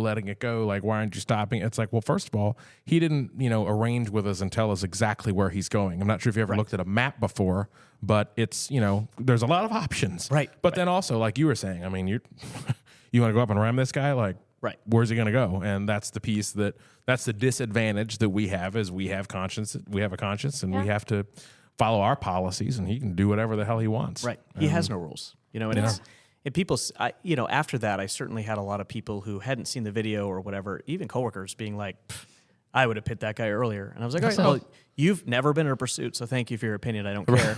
And B, you've never been in a pursuit on Gulf Boulevard in spring break. Not too many have. Right. So I'm like, it's probably good that I was in this pursuit and not you then, but you weren't there. So I did get a lot of flack, but then when people watch it, they're like, oh, yeah, that was tricky. Messy. Yeah. And you're like, yeah, that was tricky. Yeah. Thanks. I know. Yeah. You know. Yeah. Especially seeing like the dash cam and how quick he was actually going and weaving through all that congestion. Particularly when he comes like cranking through like by Krabby Bill's and stuff, and there's people standing there. Like, I drive that all the time. Like that's wild. Absolutely wild. Jaw dropping, really. Yeah, I mean, really. it was crazy. Yeah. And the funniest part about the whole thing, you know, at the end, so that was the day I met Florida Man. So that was fun. Yes, indeed. And, you know, obviously Jill and her podcast talked a bit about, you know, that whole piece. But the funniest part is, you know, we're trying to, you know, make this. And they're like, yeah, we're requesting all this video. They're like, yeah, are you able to get me your body camera video? And I was like, yeah, so you're probably not going to find it. And they're like, oh, why? And I was like, well, it was in sleep mode the whole time. I had turned it off. And so having this conversation with your lieutenant, like, yeah, no, it was in sleep the whole time. And they were like, what? Huh? So needless to say, they did not get my body camera video, unfortunately, but that would have made for a better TV episode. That would have been for sure next level. We would have definitely included it in what we put. That would have been awesome. Yeah, exactly. A day in the life of a deputy. It's crazy. So you were there. You were like the Pied Piper from Rochester, because now the population, there are more migrating south. I think there's like 6 total at this point. 6 at the agency now, including you. Yeah. Specifically from Rochester? Yeah. Oh, dang. Kind of crazy. It's like that's a whole shift. Yes. Now they have 3 officers left on his shift. Yeah. They don't dare put us all together, I don't think. But once I had moved down here, shortly after, about a year after, I had a couple of my buddies reach out to me being like, hey, how do you like it? And, you know, completely truthfully, I'm like, I love it here. Pinellas is fantastic. And they're like, oh, you know, we're thinking about applying. So one of my buddies, Jeff Moore, he was a detective where we worked. And then my old sergeant, Tom Powers, they both were like, yeah, we want to come down there. We like that area. You know, do you like Pinellas? And I was like, oh, guys, this place is the place to be. I love it here. So they applied and ended up getting hired. And now, you know, they work here and they love it. And then that just opened the door to this dominoes effect of people. So now there's 3 of us. A year later, he was a captain at the time when I left, but he retired as the deputy chief. Young guy, retired young at, 51, and he moved down here, and now he works at the courthouse as a deputy, and he loves it. He is like, this is great. I'm retired. I work at the courthouse. I don't want to be in charge of people anymore. This is perfect for me. Work Monday through Friday. It's great. So he came down, and then our other buddy, Colson, was like, yeah, we're doing it. He came down. Now he works Safety Harbor at night. And then we have another one in FTO right now. So there's 6 of us from Rochester PD specifically. That's so awesome.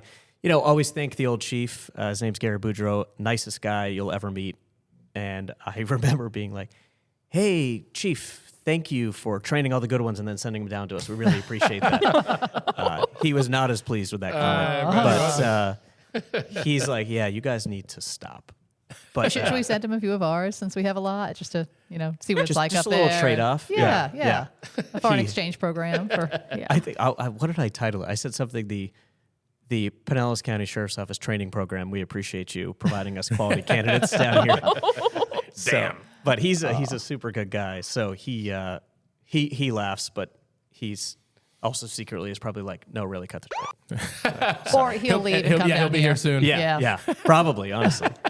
But oh man. So yeah, it's kind of a unique thing to have 6 people from an agency that small, right, all here, landing here, all because you made some new friends in DC. Yeah, by accident. So, and I imagine that really, coming from what the environment in Rochester, has to give you an interesting perspective because, you know, we have deputies that maybe have not known anything other than here, or they've come from other agencies in the area, or they might be newer to law enforcement, and they might, you know, you probably appreciate things more than they do. Would you say? Oh man, anytime I hear somebody complaining, I'm like, you need to shut your mouth. You shut that mouth right now. Like, you know, you don't understand. Go do a shift in Rochester. Yeah, exactly. I always want to say, as part of our FTO process here at Pinellas, we should be like, and you know, phase 4, you will go do a ride along in Rochester, New Hampshire, and if you survive, you can be released from your program. Yeah. Holy cow! You know, it's a totally different perspective. So, you know, you go. Yeah, I hate the old, you know, I hate the old phrase of the grass isn't always greener, because it's much greener here, and not just the uniforms, but the grass is greener here for sure. It's not dead in the winter, you know. Yeah, it's not brown. It's not right. You know, it really is a totally different world. So when I hear guys saying like, you know, this and that, and I was like, stop it right now. I don't want to hear it. Like, this is amazing. You have no idea how good you have it.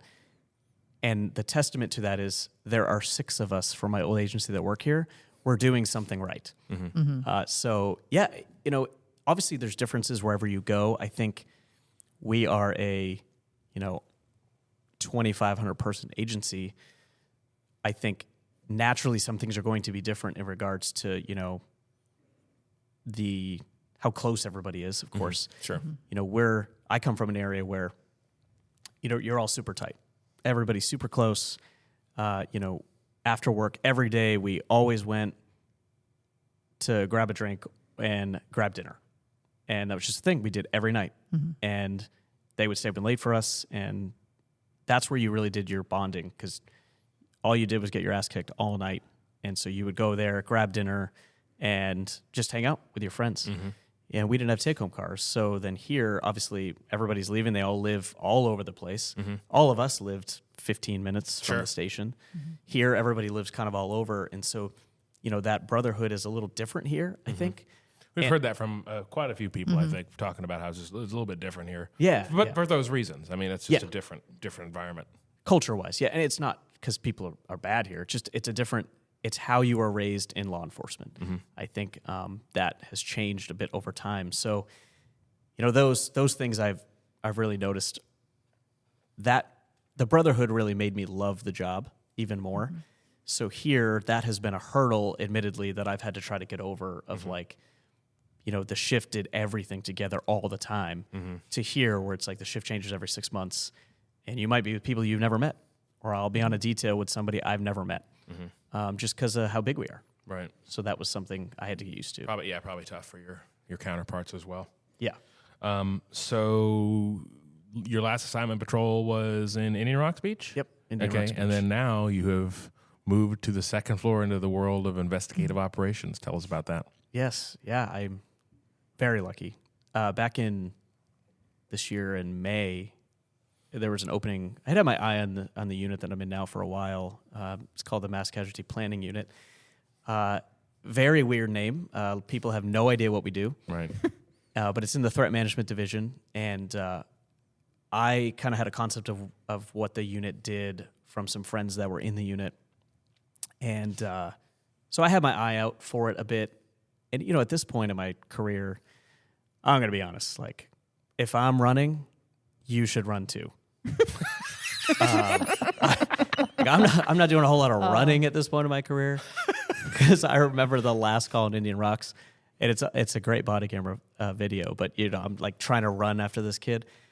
Why? I don't know. And I go to jump this fence, and I'm like, oh my God, that's my back. Okay, well, get over it here. Okay, yeah, he's gone. Just get a canine out here. And I'm like, I cannot do this anymore. And so to be completely honest, I'm not old, you know, but I'm just at a point in my career where I'm like, I think I need to maybe not throw my back out at this point. So it was a good transition. So, you know, I interviewed. The funniest part about this is that at the time I sent my memo off requesting a transfer for an interview. And I immediately went on vacation. So I sent it to Lieutenant Killian Friday night. I then left for a 2-week vacation in Europe.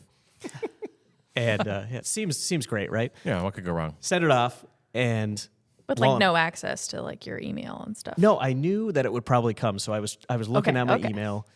So naturally, I get an email from the sergeant at the time with a invite to the interview, and so he sends like an Outlook meeting. I don't know why I'm having brain cramp. That like meeting Invitation. invite, Yeah, an invitation. Yeah.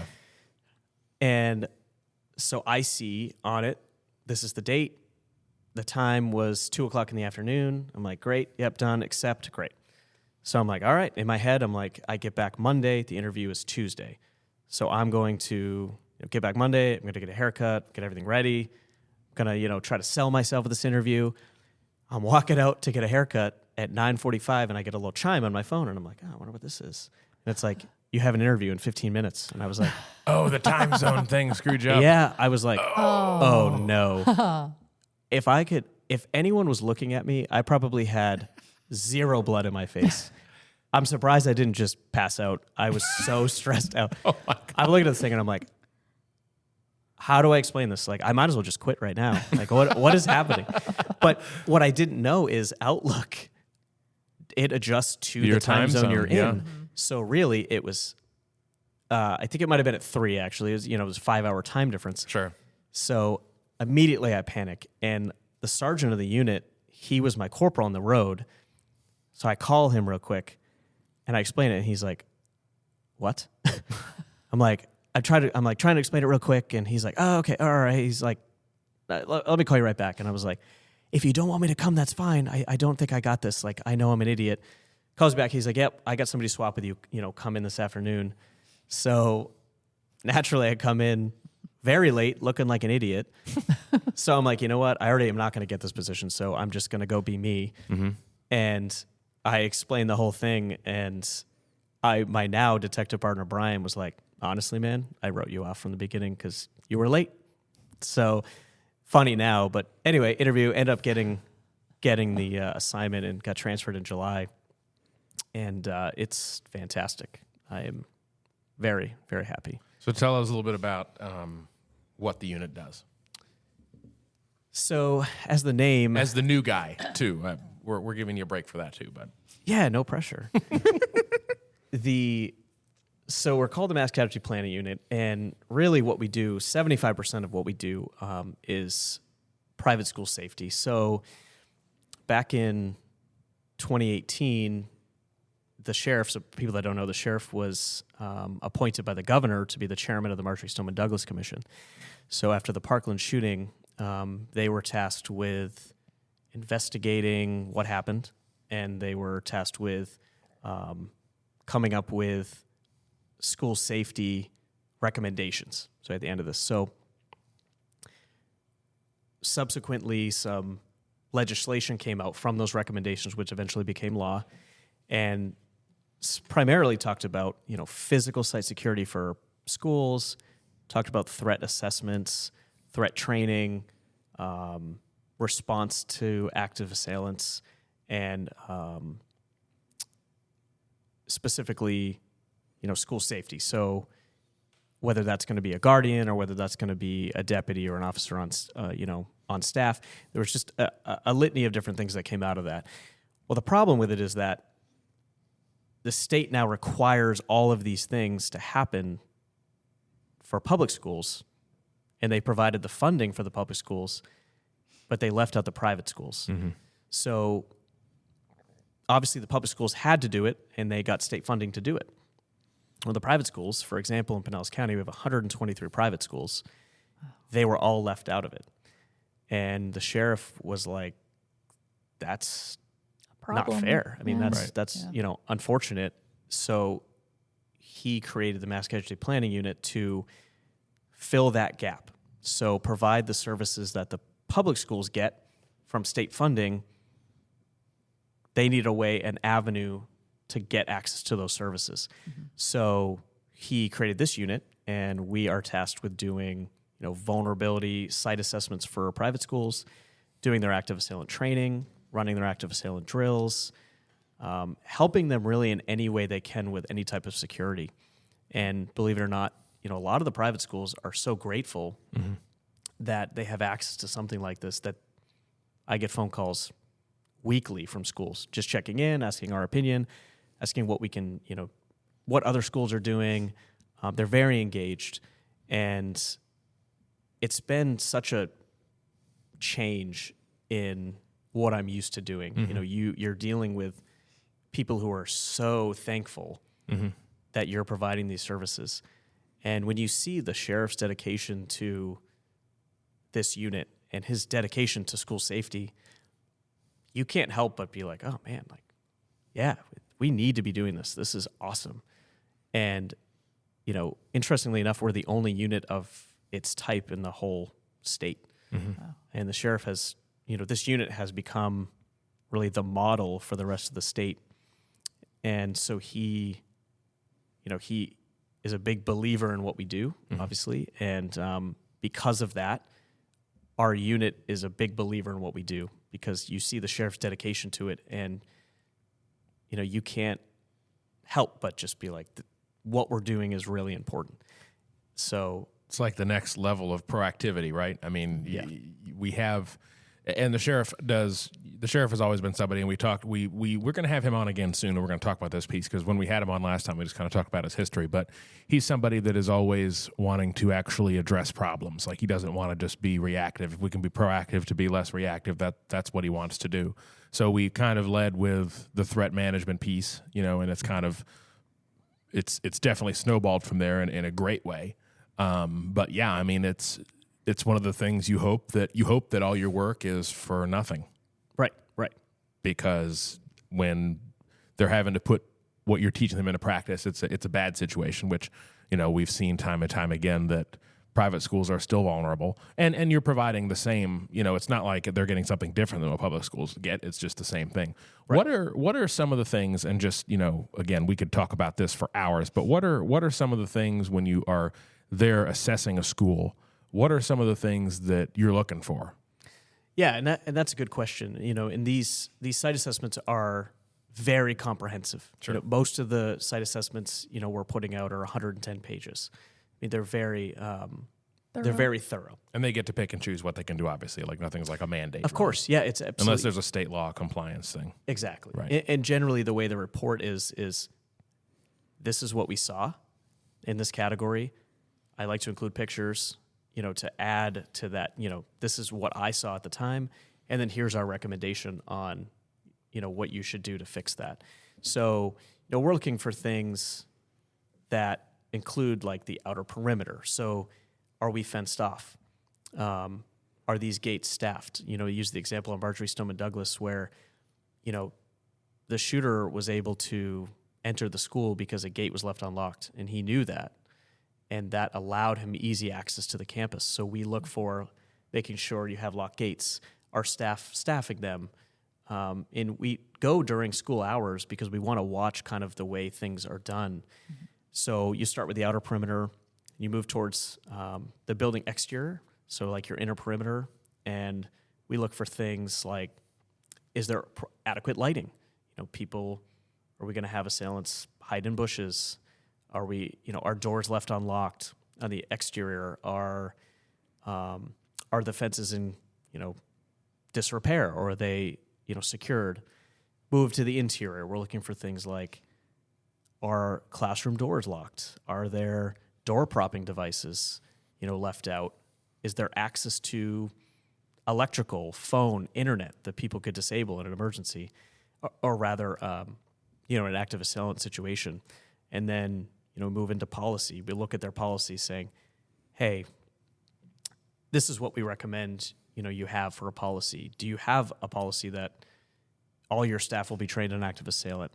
And so we go from really broad down to really narrow.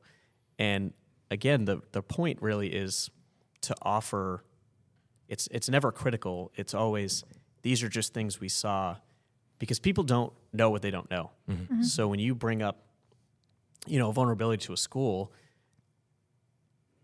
they're just like, I never would have thought of that. Mm-hmm. Something as simple as, hey, lock your electrical panels. They're like, or where you found them unlocked. I didn't realize they were unlocked. Those are things that, assailants can use to disable and make your school more vulnerable. So that's really what we're looking for, is trying to say, hey, this isn't critical. It's not designed to be critical. It's designed to open your eyes to different things you didn't know. And again, you don't know what you don't know. So that's just what we do full time. So we look at things that you're not used to looking at. So, as I go over it with schools and we sit down and we'll go through different recommendations, I get a lot of positive response. Mm-hmm. Just being like, wow, this is eye-opening. I never thought of this. And a lot of it, the way we have come up with a lot of this is from, prior school shootings. Marjory Stoneman Douglas plays a big factor into kind of what we're looking for, what the failures were, and identifying what those were to help schools build upon that. And so when we do trainings like active assailant trainings, we really use Marjory Stoneman Douglas as, hey, these are the failures that happen. We don't ever want that to happen again. Mm-hmm. These are the simple things we can do to help prevent that. And it's really about mitigating harm, right? Because you can never fully stop it, but you're trying to mitigate it. So that's, something that comes out of this vulnerability site assessment is, hey, how can we mitigate the harm in the most effective way? And so they're very thorough, and they will take, us being on site, depending on the, size of the campus. We have schools like Calvary. I mean, they have 800 kids. Right.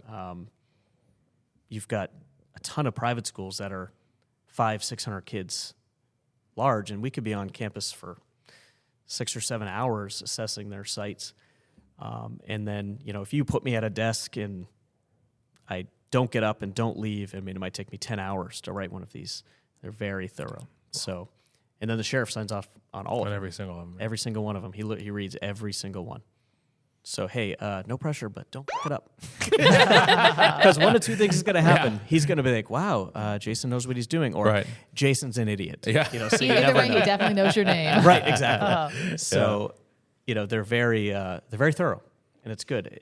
It shows his testament to really wanting to be involved in all of this stuff that he's reading. 110-page report. Yeah, and I think it changes. There's a lot of themes in this too, because we have the national media in particular has kind of started to cover the idea of threat assessments and things, of course, in all schools, but private schools and things included, and it really kind of starts to change the conversation on it.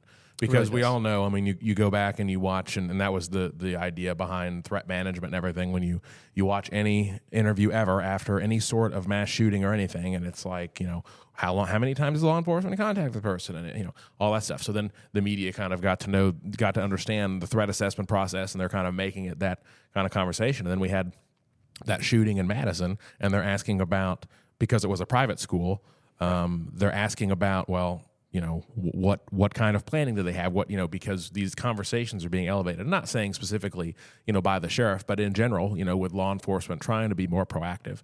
So that's got to be pretty cool, because one of the things you really enjoyed about coming down here from Rochester was the ability to be less reactive, more proactive. And now it's like, it's like the final boss, right? Of proactivity. I am the most proactive you could possibly be. Right. That's as good as it gets. So are there any other things you're interested in doing eventually in your career here, or what's next, or just kind of riding it out to see what's interesting, what pops up? Yeah. That's tough to answer right now. I feel like I'm in the unit I was designed to be in, which is really good. Because the other portion of what we do is,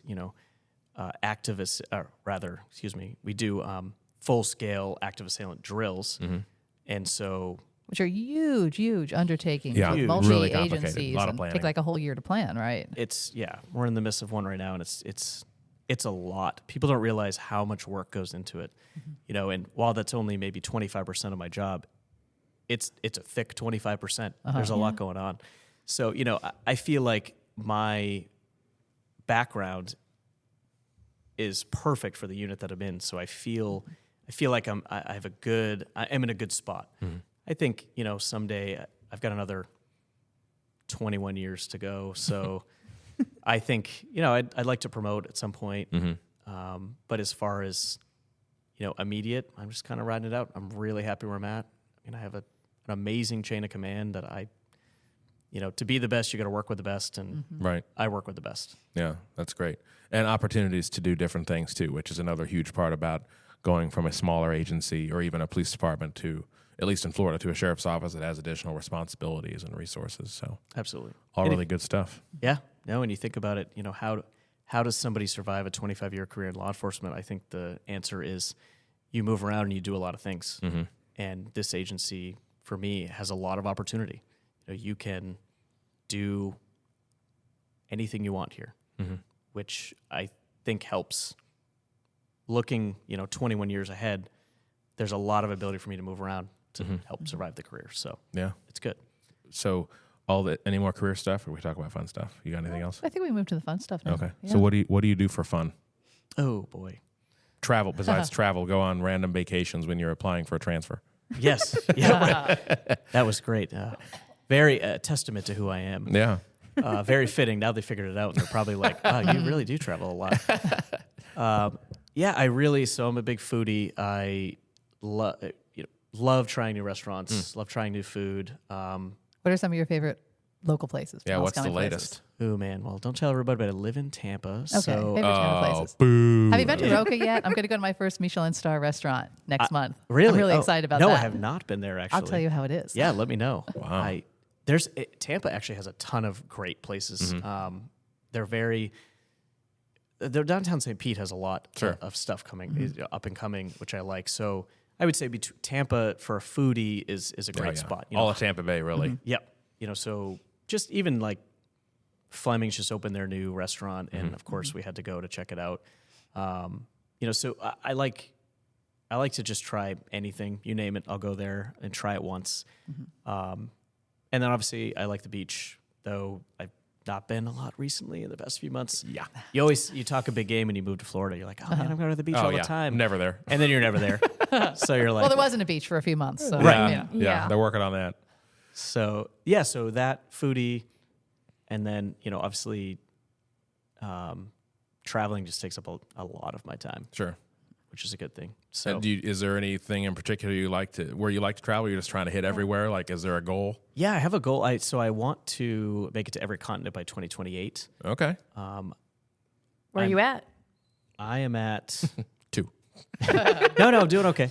It's not great, but I've been in North America, South America, Europe. I've covered a lot of ground in Europe. We booked Asia next year. So really, I need to get to Africa, Australia, and Antarctica, which I think at this point, we're looking at Antarctica 2026. Nice. So I might even knock that out before I knock Africa out. That's awesome. So my theory is this, right, is I don't want somebody being like, all right, I made it to 56, I'm retired, now I'm going to go travel, and then I die. And I did nothing. Right. I'm very much a proponent of, hey, do as much as you can now, Right. and then do it all over again when you retire. Yeah. if you Anything want. else is a bonus. Yep, Right. exactly. Get Yeah. it done while you can. It's very much I use the example of, of Hartwick. The night of his death, we were working a detail together, and I was actually oddly going to Ireland 2 days later, and I remember us talking about it, and he was getting really close to retirement, and he was like, my goal is to retire. I'm working as much as I can right now. I'm going to retire, and I'm going to go travel. And he was like, I'm super envious of you being able to do that now. He had kids and a career, and he's like, I just hadn't gotten to it yet. And then, literally hours later, he was killed. So I don't want to be the person that is like, wow, what did Jason do in his life? I'd rather be the person that's like, damn, that kid lived. Yeah. He lived. 100%. So, I'm very much a chase the thrill, chase the adventure. And it, it gives me a more worldly view. It's kind of interesting. Did that conversation with Hartwick, were you already that way, or did that really up the ante for you? I was already that way, but now I use it as hey, do you want to go? Let's go do this. And I will say to myself like, it's kind of a pain or this or that. When the reality is, as long as I can financially do it, Right. we have, ample time off. I'm going to go do it. Certainly that night, changed a lot of things for me, but that perspective of do it now or you may never do it really is burned into my mind, from that. So yeah, certainly I don't turn down an experience if I can help it. That's good. I think you're doing it the right way. Absolutely the right way to do it. So the next trip you said is Asia next year? Oh, I have a bunch before then, but Okay. that'll be Any more weekend jaunts to Ireland? Ooh, no. Unfortunately, because of work, I have to stay here the month of January.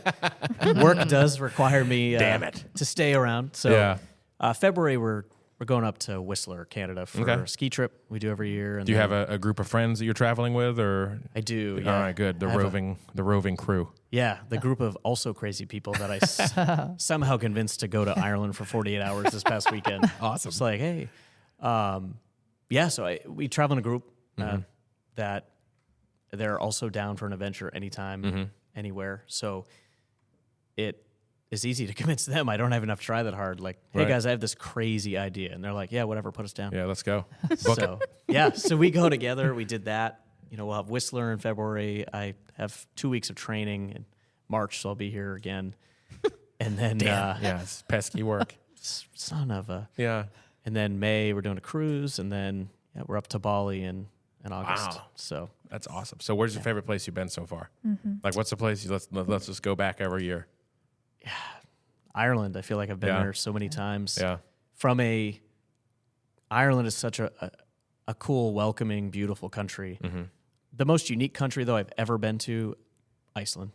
If you get a chance, go. It's just the most unique Yeah, I know a country. couple people in have every way. gone recently. It's like being on another planet. Yeah, it's the most unique. Everyone's super friendly. The terrain is so unique. The food is very different. Very cool. That I would say the coolest place I've ever been is Iceland. It's pretty accessible too these days. I mean, there's a lot of flights and travel and stuff that goes up there. Boston, it's 5 hours. It's very easy. So, yeah, So that's awesome. yeah, so very lucky. Well, Jason, we really appreciate you taking the time and coming on with us. This is certainly not the scariest thing that you've ever done, because we've heard things that are a lot scarier. But we always try to give our guests an opportunity, if there's anything that you could share with the public, and usually say that would make your job easier, but just anything you think that, in your professional capacity, your opportunity to give the public a quick PSA, something to share with them. Anything come to mind? Yeah, I mean, I think it goes back to that pursuit is there's so many things in our job that we have to think about. Monday morning quarterbacking is such a big thing in law enforcement. And, obviously we all read Facebook comments. We just never comment. Right. But I read them, and I see a lot of Some people. of us do. Yeah, some people do, yeah. The Pinellas County Sheriff's Office Facebook page is great. But, you have to remember that there is a couple things happen. My life experience comes into play. My policies and procedures come into play. And obviously at the time of any incident, you have to make a split-second decision. And that hindsight is always 20/20. So there are always a lot of different things going on in your head when a decision is made. Trust that it comes from a bunch of different pieces. Right. My whole life, career, my policies versus what I'm used to. There's just so many pieces that play a factor. A lot of So variables. just know that when a decision is made, we have a split second to do it based on a very finite amount of information. That's good. That's a good one. We've had a lot that's pretty similar to other things, but that was unique. That was a good one because it's very true. People have a ton of time, days, months, years to look back at something where you're making a decision in a matter of seconds or sometimes, minutes in the case of a pursuit you're involved in. So that was really good. Thanks again, Detective Jason Plumb. Before I let Laura do her thing that she always does at the end, I should also add we have our new website now, PinellasSheriff.gov. Yes, we do. /56 podcast. There, you can find all the episodes there, more information about the podcast, and links to all the podcast platforms and our social media, 56 podcast. But I want Laura to do her thing. So, Laura, if people wanted to reach out to us with feedback, anything like that, how might they do that? They can email us at lets56@pcsonet.com. That's LETS56 at PCSOnet.com. Thanks for listening, everybody.